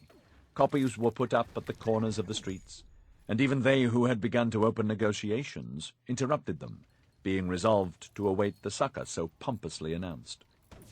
This unexpected circumstance brought back Richelieu's former anxiety, and forced him, in spite of himself, once more to turn his eyes to the other side of the sea. During this time, exempt from the anxiety of its only and true chief, the royal army led a joyous life, neither provisions nor money being wanting in the camp. All the corps rivaled one another in audacity and gaiety. To take spies and hang them, to make hazardous expeditions upon the dike or the sea, to imagine wild plans, and to execute them coolly. Such were the pastimes which made the army find these days short, which were not only so long to the Rochellais, a prey to famine and anxiety, but even to the cardinal, who blockaded them so closely. Sometimes when the cardinal, always on horseback, like the lowest gendarme of the army, cast a pensive glance over those works, so slowly keeping pace with his wishes, which the engineers, brought from all corners of France, were executing under his orders, if he met a musketeer of the company of Treville, he drew near and looked at him in a peculiar manner, and not recognizing in him one of our 4 companions, he turned his penetrating look and profound thoughts in another direction. One day, when oppressed with a mortal weariness of mind, without hope in the negotiations with the city, without news from England, the cardinal went out, without any other aim than to be out of doors, and accompanied only by Cahusac and La Houdinière, strolled along the beach. Mingling the immensity of his dreams with the immensity of the ocean, he came, his horse going at a foot's pace, to a hill from the top of which he perceived, behind a hedge, reclining on the sand and catching in its passage one of those rays of the sun so rare at this period of the year, 7 men surrounded by empty bottles. 4 of these men were our musketeers, preparing to listen to a letter one of them had just received. The letter was so important that it made them forsake their cards and their dice on the drumhead. The other 3 were occupied in opening an enormous flagon of colloquial wine. These were the lackeys of these gentlemen. The cardinal was, as we have said, in very low spirits, and nothing, when he was in that state of mind, increased his depression so much as gaiety in others. Besides, he had another strange fancy, which was always to believe that the causes of his sadness created the gaiety of others. Making a sign to La Houdinière and Cahusac to stop, he alighted from his horse, and went toward these suspected merry companions, hoping, by means of the sand which deadened the sound of his steps, and of the hedge which concealed his approach, to catch some words of this conversation which appeared so interesting. At 10 paces from the hedge, he recognized the talkative Gascon, and as he had already perceived that these men were musketeers, he did not doubt that the 3 others were those called the Inseparables, that is to say, Athos, Porthos, and Aramis. It may be supposed that his desire to hear the conversation was augmented by this discovery. His eyes took a strange expression, and with the step of a tiger-cat he advanced toward the hedge. But he had not been able to catch more than a few vague syllables without any positive sense, when a sonorous and short cry made him start, and attracted the attention of the musketeers. "Officer!" cried Grimaud. "You are speaking, you scoundrel," said Athos, rising upon his elbow, and transfixing Grimaud with his flaming look. Grimaud therefore added nothing to his speech, but contented himself with pointing his index finger in the direction of the hedge, announcing by this gesture the cardinal and his escort. With a single bound the musketeers were on their feet, and saluted with respect. The cardinal seemed furious. "It appears that Messieurs the Musketeers keep guard," said he. "Are the English expected by land, or do the Musketeers consider themselves superior officers?" "Monseigneur," replied Athos, for amid the general fright he alone had preserved the noble calmness and coolness that never forsook him. "Monseigneur, the Musketeers, when they are not on duty, or when their duty is over, drink and play at dice, and they are certainly superior officers to their lackeys." "Lackeys?" grumbled the cardinal. "Lackeys who have the order to warn their masters when anyone passes are not lackeys, they are sentinels." "Your Eminence may perceive that, if we had not taken this precaution, we should have been exposed to allowing you to pass without presenting you our respects, or offering you our thanks for the favor you have done us in uniting us. D'Artagnan," continued Athos, "you who but lately were so anxious for such an opportunity for expressing your gratitude to Monseigneur, here it is. Avail yourself of it." These words were pronounced with that imperturbable phlegm which distinguished Athos in the hour of danger, and with that excessive politeness which made of him at certain moments a king more majestic than kings by birth. D'Artagnan came forward and stammered out a few words of gratitude, which soon expired under the gloomy looks of the cardinal. "It does not signify, gentlemen," continued the cardinal, without appearing to be in the least swerved from his first intention by the diversion which Athos had started. "It does not signify, gentlemen. I do not like to have simple soldiers, because they have the advantage of serving in a privileged corps, thus to play the great lords. Discipline is the same for them as for everybody else." Athos allowed the cardinal to finish his sentence completely, and bowed in sign of assent. Then he resumed in his turn. "Discipline, Monseigneur, has, I hope, in no way been forgotten by us. We are not on duty, and we believed that, not being on duty, we were at liberty to dispose of our time as we pleased. If we are so fortunate as to have some particular duty to perform for your Eminence, we are ready to obey you. Your Eminence may perceive," continued Athos, knitting his brow, for this sort of investigation began to annoy him, "that we have not come out without our arms." And he showed the cardinal with his finger the 4 muskets piled near the drum on which were the cards and dice. "Your Eminence may believe," added D'Artagnan, "that we would have come to meet you, if we could have supposed it was Monseigneur coming toward us with so few attendants." The cardinal bit his moustache, and even his lips a little. "Do you know what you look like altogether, as you are armed and guarded by your lackeys?" said the cardinal. "You look like 4 conspirators." "Oh, as to that, Monseigneur, it is true," said Athos. "We do conspire, as your Eminence might have seen the other morning. Only we conspire against the Rochellais." "Ah, you gentlemen of policy," replied the cardinal, knitting his brow in his turn. "The secret of many unknown things might perhaps be found in your brains, if we could read them, as you read that letter which you concealed as soon as you saw me coming." The colour mounted to the face of Athos, and he made a step toward his Eminence. "One might think you really suspected us, Monseigneur, and we were undergoing a real interrogatory. If it be so, we trust your Eminence will deign to explain yourself, and we should then at least be acquainted with our real position." "And if it were an interrogatory," replied the cardinal, "others besides you have undergone such, Monsieur Athos, and have replied thereto. Thus I have told your Eminence that you had but to question us, and we are ready to reply. What was that letter you were about to read, Monsieur Aramis, and which you so promptly concealed?" "A woman's letter, Monseigneur." "Ah, yes, I see," said the cardinal. "We must be discreet with this sort of letters, but nevertheless we may show them to a confessor, and you know I have taken orders." "Monseigneur," said Athos, with a calmness the more terrible because he risked his head in making this reply, "the letter is a woman's letter, but it is neither signed Marion de Lorme nor Madame d'Aiguillon." The cardinal became as pale as death. Lightning darted from his eyes. He turned round as if to give an order to Cahusac and Houdinière. Athos saw the movement. He made a step toward the muskets, upon which the other three friends had fixed their eyes, like men ill-disposed to allow themselves to be taken. The cardinalists were 3.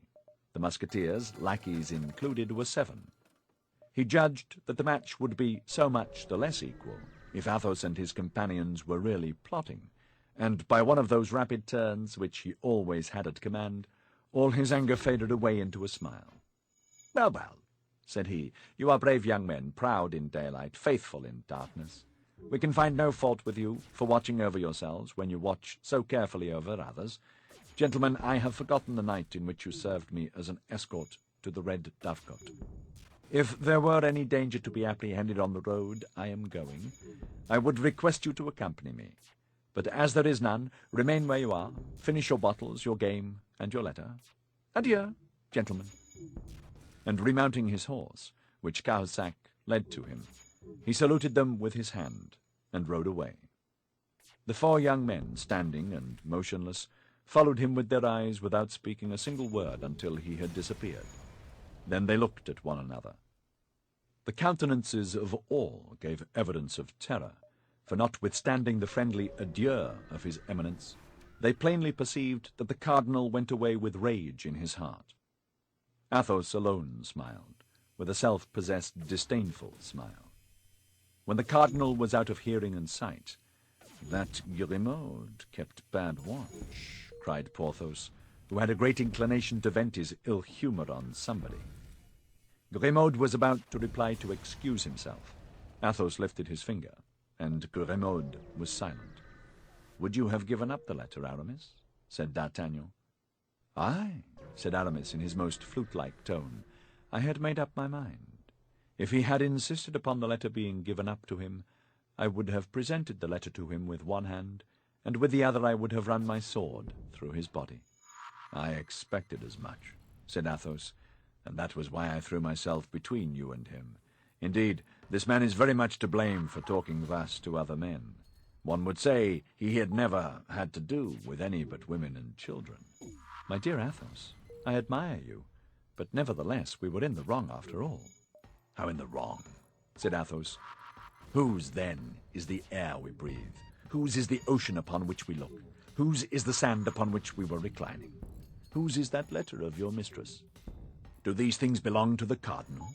Upon my honor, this man fancies the world belongs to him.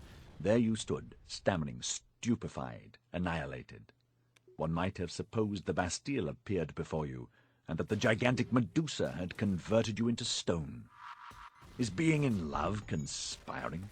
You are in love with a woman whom the cardinal has caused to be shut up, and you wish to get her out of the hands of the cardinal. That's a match you are playing with his Eminence. This letter is your game. Why should you expose your game to your adversary? That is never done. Let him find it out if he can. We can find out his." "Well, that's all very sensible, Athos," said D'Artagnan. "In that case, let there be no more question of what's past, and let Aramis resume the letter from his cousin where the cardinal interrupted him." Aramis drew the letter from his pocket. The 3 friends surrounded him, and the three lackeys grouped themselves again near the wine-jar. "You had only read a line or two," said D'Artagnan. "Read the letter again from the commencement." "Willingly," said Aramis. "My dear cousin, I think I shall make up my mind to set out for Bethune, where my sister has placed our little servant in the convent of the Carmelites.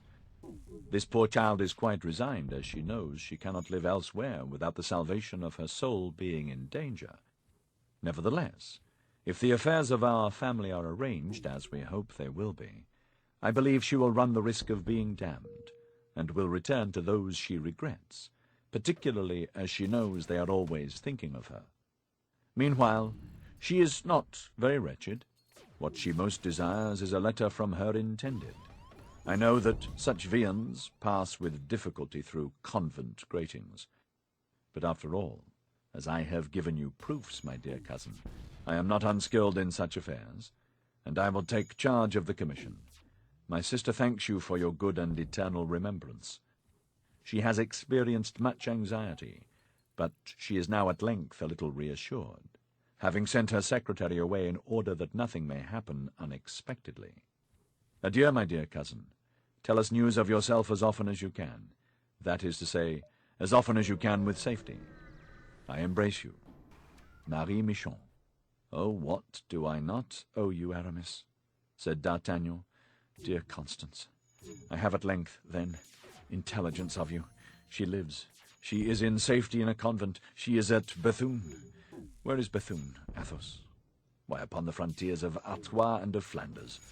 The siege once over, we shall be able to make a tour in that direction. And that will not be long, it is to be hoped, said Porthos, for they have this morning hanged a spy who confessed that the Rochellais were reduced to the leather of their shoes.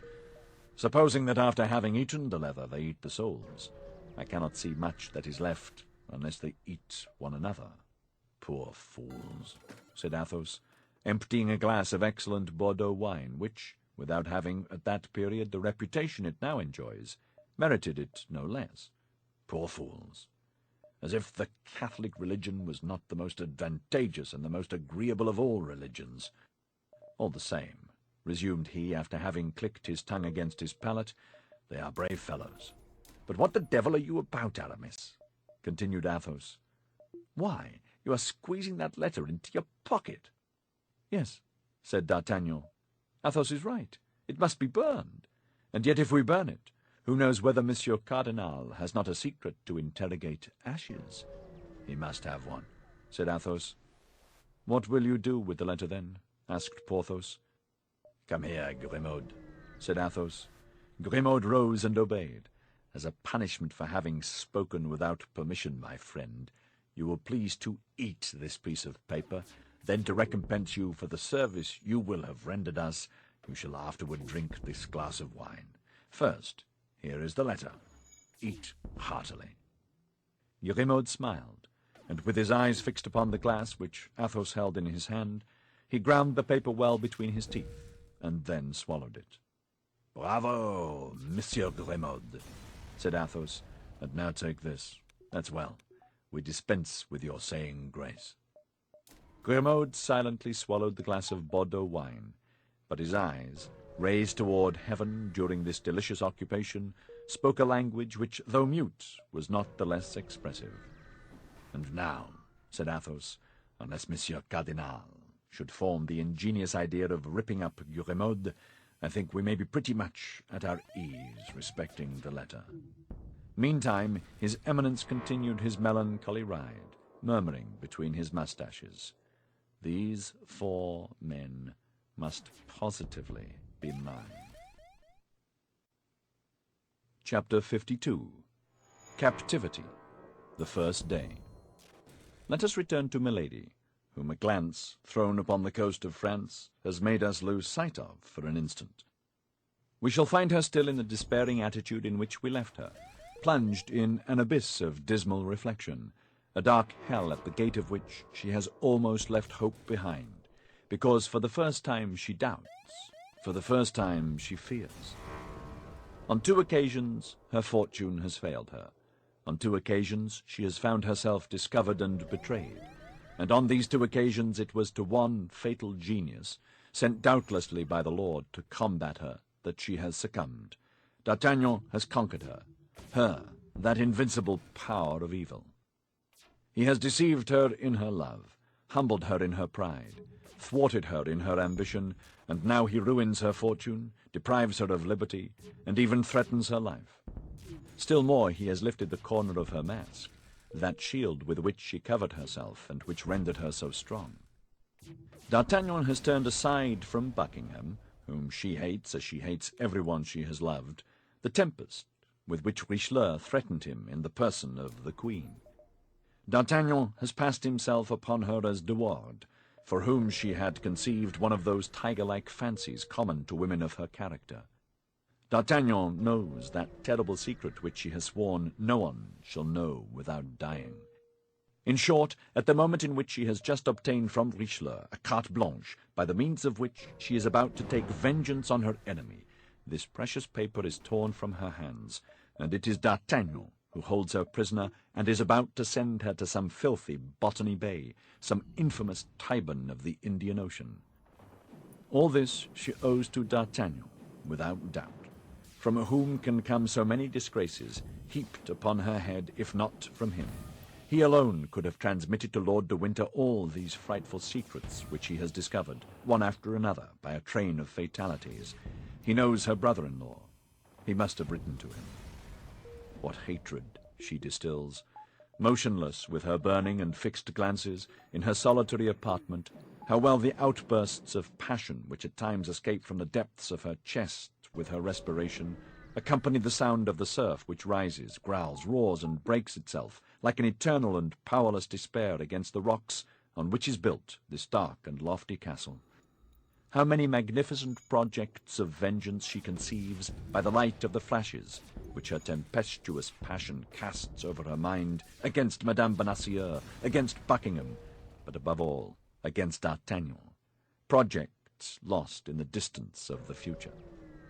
Yes, but in order to avenge herself she must be free, and to be free a prisoner has to pierce a wall, detach bars, cut through a floor, all undertakings which a patient and strong man may accomplish, but before which the feverish irritations of a woman must give way.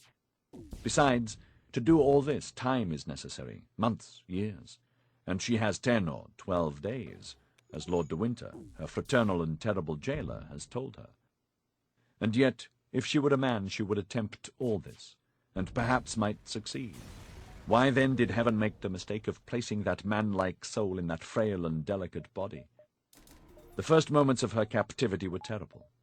A few convulsions of rage, which she could not suppress, paid her debt of feminine weakness to nature. But by degrees she overcame the outbursts of her mad passion, and nervous tremblings which agitated her frame disappeared, and she remained folded within herself like a fatigued serpent in repose. Go to, I must have been mad to allow myself to be carried away so, says she, gazing into the glass, which reflects back to her eyes the burning glance by which she appears to interrogate herself. No violence. Violence is the proof of weakness. In the first place, I have never succeeded by that means. Perhaps if I employed my strength against women, I might perchance find them weaker than myself, and consequently conquer them. But it is with men that I struggle, and I am but a woman to them. Let me fight like a woman then. My strength is in my weakness. Then, as if to render an account to herself of the changes she could place upon her countenance, so mobile and so expressive, she made it take all expressions, from that of passionate anger, which convulsed her features, to that of the most sweet, most affectionate, and most seducing smile. Then her hair assumed, successively, under her skilful hands, all the undulations she thought might assist the charms of her face. At length she murmured, satisfied with herself, "Come, nothing is lost. I am still beautiful." It was then nearly 8 o'clock in the evening. Milady perceived a bed. She calculated that the repose of a few hours would not only refresh her head and her ideas, but still further her complexion. A better idea, however, came into her mind before going to bed. She had heard something said about supper. She had already been an hour in this apartment. They could not long delay bringing her a repast. The prisoner did not wish to lose time, and she resolved to make that very evening some attempts to ascertain the nature of the ground she had to work upon, by studying the characters of the men to whose guardianship she was committed. A light appeared under the door. This light announced the reappearance of her jailers. Milady, who had arisen, threw herself quickly into the armchair, her head thrown back, her beautiful hair unbound and dishevelled, her bosom half bare beneath her crumpled lace, one hand on her heart, and the other hanging down. The bolts were drawn. The door groaned upon its hinges. Steps sounded in the chamber and drew near. "Place that table there," said a voice which the prisoner recognized as that of Felton. The order was executed. "You will bring lights and relieve the sentinel," continued Felton. And this double order which the young lieutenant gave to the same individuals proved to Milady that her servants were the same men as her guards, that is to say, soldiers. Felton's orders were, for the rest, executed with a silent rapidity that gave a good idea of the way in which he maintained discipline. At length Felton, who had not yet looked at Milady, turned toward her. "Aha," said he, "she is asleep. That's well. When she wakes up, she can sup." And he made some steps toward the door. "But my lieutenant," said a soldier, less stoical than his chief, and who had approached Milady, "this woman is not asleep." "What? Not asleep?" said Felton. "What is she doing, then?" "She has fainted. Her face is very pale, and I have listened in vain. I do not hear her breathe." "You are right," said Felton, after having looked at Milady from the spot on which he stood without moving a step toward her. "Go and tell Lord de Winter that his prisoner has fainted. For this event not having been foreseen, I don't know what to do." The soldier went out to obey the orders of his officer. Felton sat down upon an armchair which happened to be near the door, and waited without speaking a word, without making a gesture. Milady possessed that great art, so much studied by women, of looking through her long eyelashes without appearing to open the lids. She perceived Felton, who sat with his back toward her. She continued to look at him for nearly 10 minutes, and in these 10 minutes the immovable guardian never turned round once. She thought that Lord Winter would come, and by his presence give fresh strength to her jailer. Her first trial was lost. She acted like a woman who reckons up her resources. As a result, she raised her head, opened her eyes, and sighed deeply. At this sigh, Felton turned round. "Ah, you are awake, madam," he said. "Then I have nothing more to do here. If you want anything, you can ring." "Oh, my God, how I have suffered!" said Milady, in that harmonious voice which, like that of the ancient enchantress, charmed all whom she wished to destroy. And she assumed, upon sitting up in the armchair, a still more graceful and abandoned position than when she reclined. Felton arose. "You will be served thus, madame, 3 times a day," said he, "in the morning at 9 o'clock, in the day at 1 o'clock, and in the evening at 8. If that does not suit you, you can point out what other hours you prefer, and in this respect your wishes will be complied with." "But am I to remain always alone in this vast and dismal chamber?" asked Milady. "A woman of the neighborhood has been sent for, who will be tomorrow at the castle, and will return as often as you desire her presence." "I thank you, sir," replied the prisoner humbly. Felton made a slight bow and directed his steps toward the door. At the moment he was about to go out, Lord de Winter appeared in the corridor, followed by the soldier who had been sent to inform him of the swoon of Milady. He held a vial of salts in his hand. "Well, what is it? What is going on here?" said he in a jeering voice, on seeing the prisoner sitting up and Felton about to go out. "Is this the corpse come to life already? Felton, my lad, did you not perceive that you were taken for a novice, and that the first act was being performed of a comedy of which we shall doubtless have the pleasure of following out all the developments?" "I thought so, my lord," said Felton. "But as the prisoner is a woman, after all, I wish to pay her the attention that every man of gentle birth owes to a woman, if not on her account, at least on my own." Milady shuddered through her whole system. These words of Felton's passed like ice through her veins. "So," replied de Winter, laughing, "that beautiful hair, so skilfully dishevelled, that white skin, and that languishing look, have not yet seduced you, you heart of stone?" "No, my lord," replied the impassive young man. Your lordship may be assured that it requires more than the tricks and coquetry of a woman to corrupt me. In that case, my brave lieutenant, let us leave Milady to find out something else, and to go to supper. But be easy. She has a fruitful imagination, and the second act of the comedy will not delay its steps after the first." And at these words Lord de Winter passed his arm through that of Felton, and led him out, laughing. "Oh, I will be a match for you," murmured Milady between her teeth. "Be assured of that, you poor spoiled monk, you poor converted soldier, who has cut his uniform out of a monk's frock. By the way," resumed de Winter, stopping at the threshold of the door, "you must not, Milady, let this check take away your appetite. Taste that fowl and those fish. On my honour they are not poisoned. I have a very good cook, and he is not to be my heir. I have full and perfect confidence in him. Do as I do. Adieu, dear sister, till your next swoon." This was all that Milady could endure. Her hands clutched her armchair. She ground her teeth inwardly. Her eyes followed the motion of the door as it closed behind Lord de Winter and Felton, and the moment she was alone, a fresh fit of despair seized her. She cast her eyes upon the table, saw the glittering of a knife, rushed toward it and clutched it, but her disappointment was cruel. The blade was round and of flexible silver. A burst of laughter resounded from the other side of the ill-closed door, and the door reopened. "Ha, ha!" cried Lord de Winter. "Ha, ha! Don't you see, my brave Felton? Don't you see what I told you? That knife was for you, my lad. She would have killed you. Observe, this is one of her peculiarities, to get rid thus, after one fashion or another, of all the people who bother her. If I had listened to you, the knife would have been pointed and of steel. Then no more of Felton. She would have cut your throat, and after that everybody else's. See, John, see how well she knows how to handle a knife." In fact, Milady still held the harmless weapon in her clenched hand, but these last words, this supreme insult, relaxed her hands, her strength, and even her will. The knife fell to the ground. "You were right, my lord," said Felton, with a tone of profound disgust, which sounded to the very bottom of the heart of Milady. "You were right, my lord, and I was wrong." And both again left the room.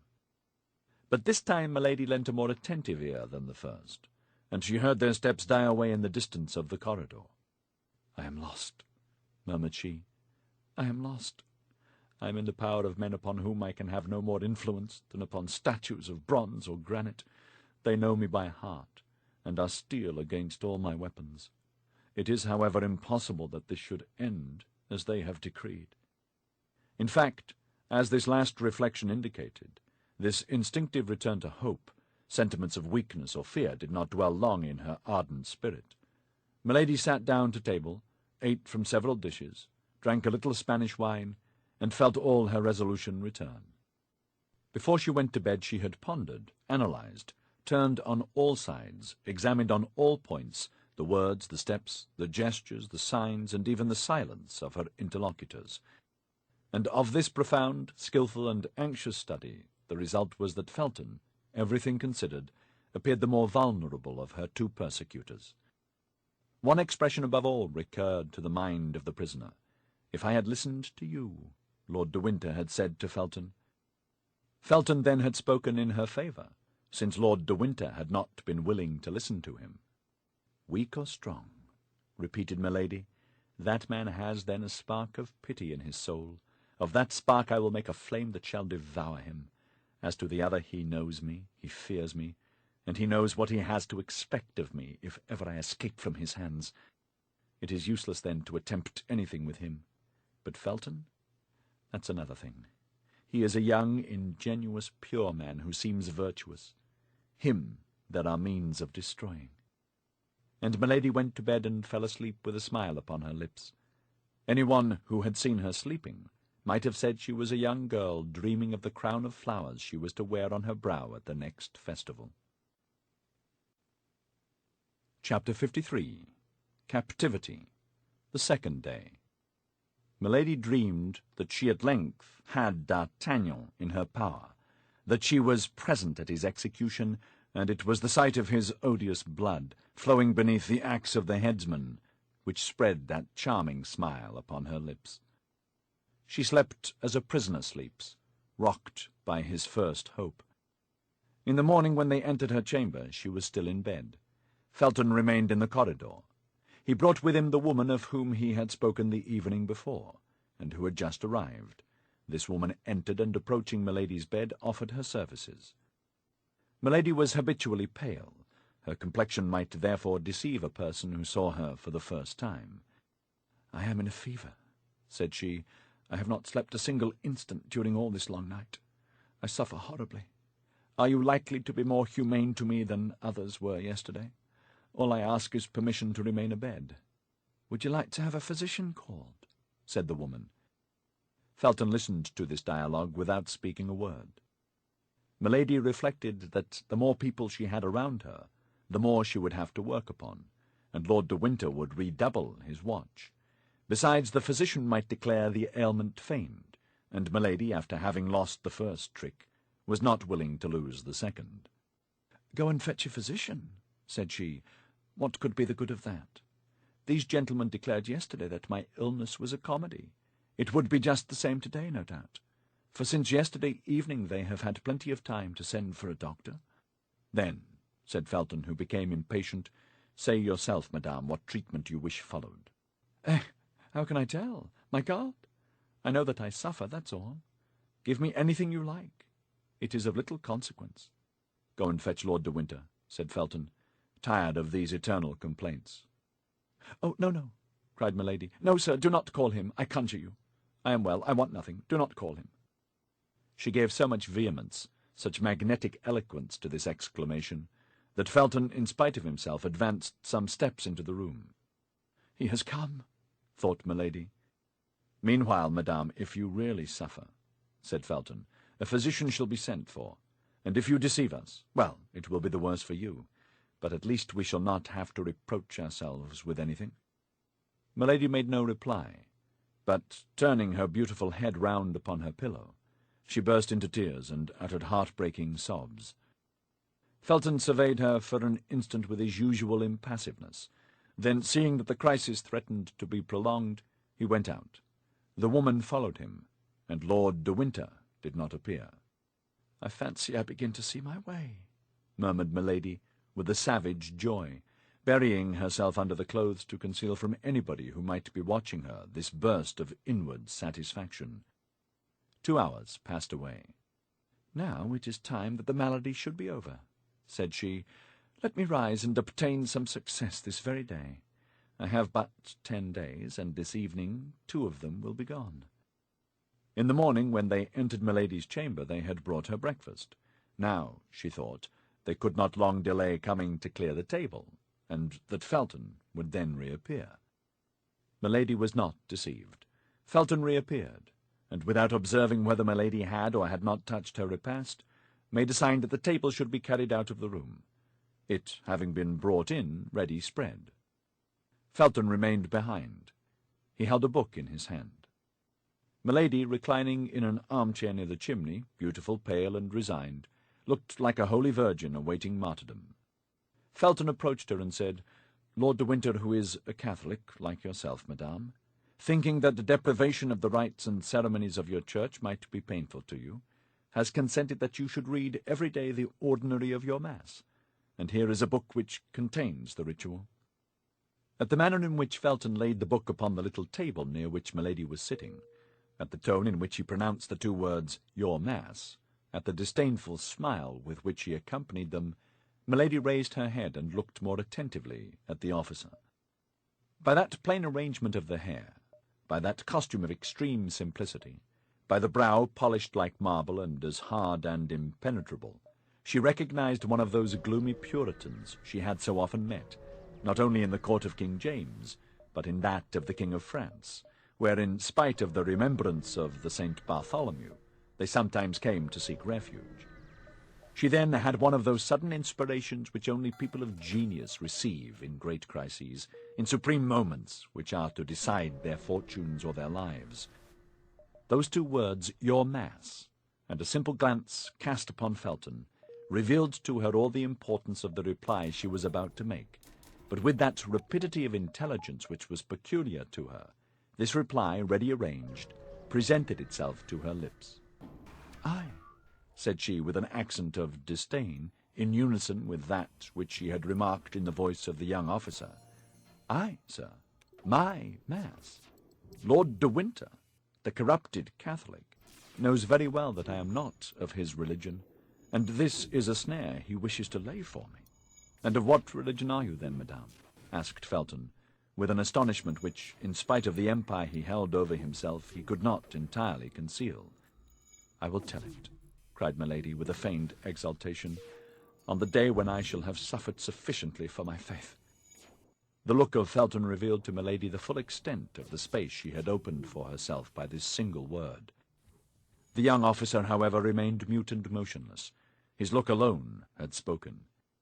"I am in the hands of my enemies," continued she, with that tone of enthusiasm which she knew was familiar to the Puritans. "Well, let my God save me, or let me perish for my God. That is the reply I beg you to make to Lord de Winter. And as to this book," added she, pointing to the manual with her finger, but without touching it, as if she must be contaminated by it, "you may carry it back and make use of it yourself, for doubtless you are doubly the accomplice of Lord de Winter, the accomplice in his persecutions, the accomplice in his heresies." Felton made no reply, took the book with the same appearance of repugnance which he had before manifested, and retired pensively. Lord de Winter came toward 5 o'clock in the evening. Milady had time, during the whole day, to trace her plan of conduct. She received him like a woman who had already recovered all her advantages. "It appears," said the Baron, seating himself in the armchair opposite that occupied by Milady, and stretching out his legs carelessly upon the hearth, "it appears we have made a little apostasy." "What do you mean, sir?" "I mean to say that since we last met you have changed your religion. You have not by chance married a Protestant for a third husband, have you?" "Explain yourself, my lord," replied the prisoner with majesty, "for though I hear your words, I declare I do not understand them." "Then you have no religion at all?" "I like that best," replied Lord de Winter, laughing. "Certainly that is most in accord with your own principles," replied Milady frigidly. "Oh, I confess it is all the same to me. Oh, you need not avow this religious indifference, my lord. Your debaucheries and crimes would vouch for it." "What? You talk of debaucheries, Madame Messalina, Lady Macbeth? Either I misunderstand you, or you are very shameless." "You only speak thus because you are overheard," coolly replied Milady, "and you wish to interest your jailers and your hangmen against me." "My jailers and my hangmen? Heyday, madame, you are taking a poetical tone, and the comedy of yesterday turns to a tragedy this evening. As to the rest, in 8 days you will be where you ought to be, and my task will be completed." "Infamous, impious task!" cried Milady, with the exultation of a victim who provokes his judge. "My word," said de Winter, rising, "I think the hussy is going mad. Come, calm yourself, Madame Puritan, or I'll remove you to a dungeon. It's my Spanish wine that has got into your head, is it not? But never mind. That sort of intoxication is not dangerous, and will have no bad effects." And Lord de Winter retired swearing, which at that period was a very knightly habit. Felton was indeed behind the door, and had not lost one word of this scene. Milady had guessed aright. "Yes, go, said she to her brother. "The effects are drawing near. On the contrary. But you, weak fool, will not see them until it is too late to shun them." Silence was re-established. 2 hours passed away. Milady's supper was brought in, and she was found deeply engaged in saying her prayers aloud, prayers which she had learned of an old servant of her second husband, a most austere Puritan. She appeared to be in ecstasy, and did not pay the least attention to what was going on around her. Felton made a sign that she should not be disturbed, and when all was arranged, he went out quietly with the soldiers. Milady knew she might be watched, so she continued her prayers to the end, and it appeared to her that the soldier who was on duty at her door did not march with the same step, and seemed to listen. For the moment she wished nothing better. She arose, came to the table, ate but little, and drank only water. An hour after, her table was cleared, but Milady remarked that this time Felton did not accompany the soldiers. He feared then to see her too often.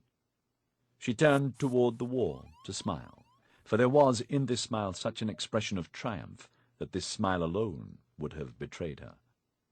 She allowed therefore half an hour to pass away, and as at that moment all was silence in the old castle, as nothing was heard but the eternal murmur of the waves, the immense breaking of the ocean, with her pure, harmonious, and powerful voice, she began the first couplet of the psalm then in great favour with the Puritans.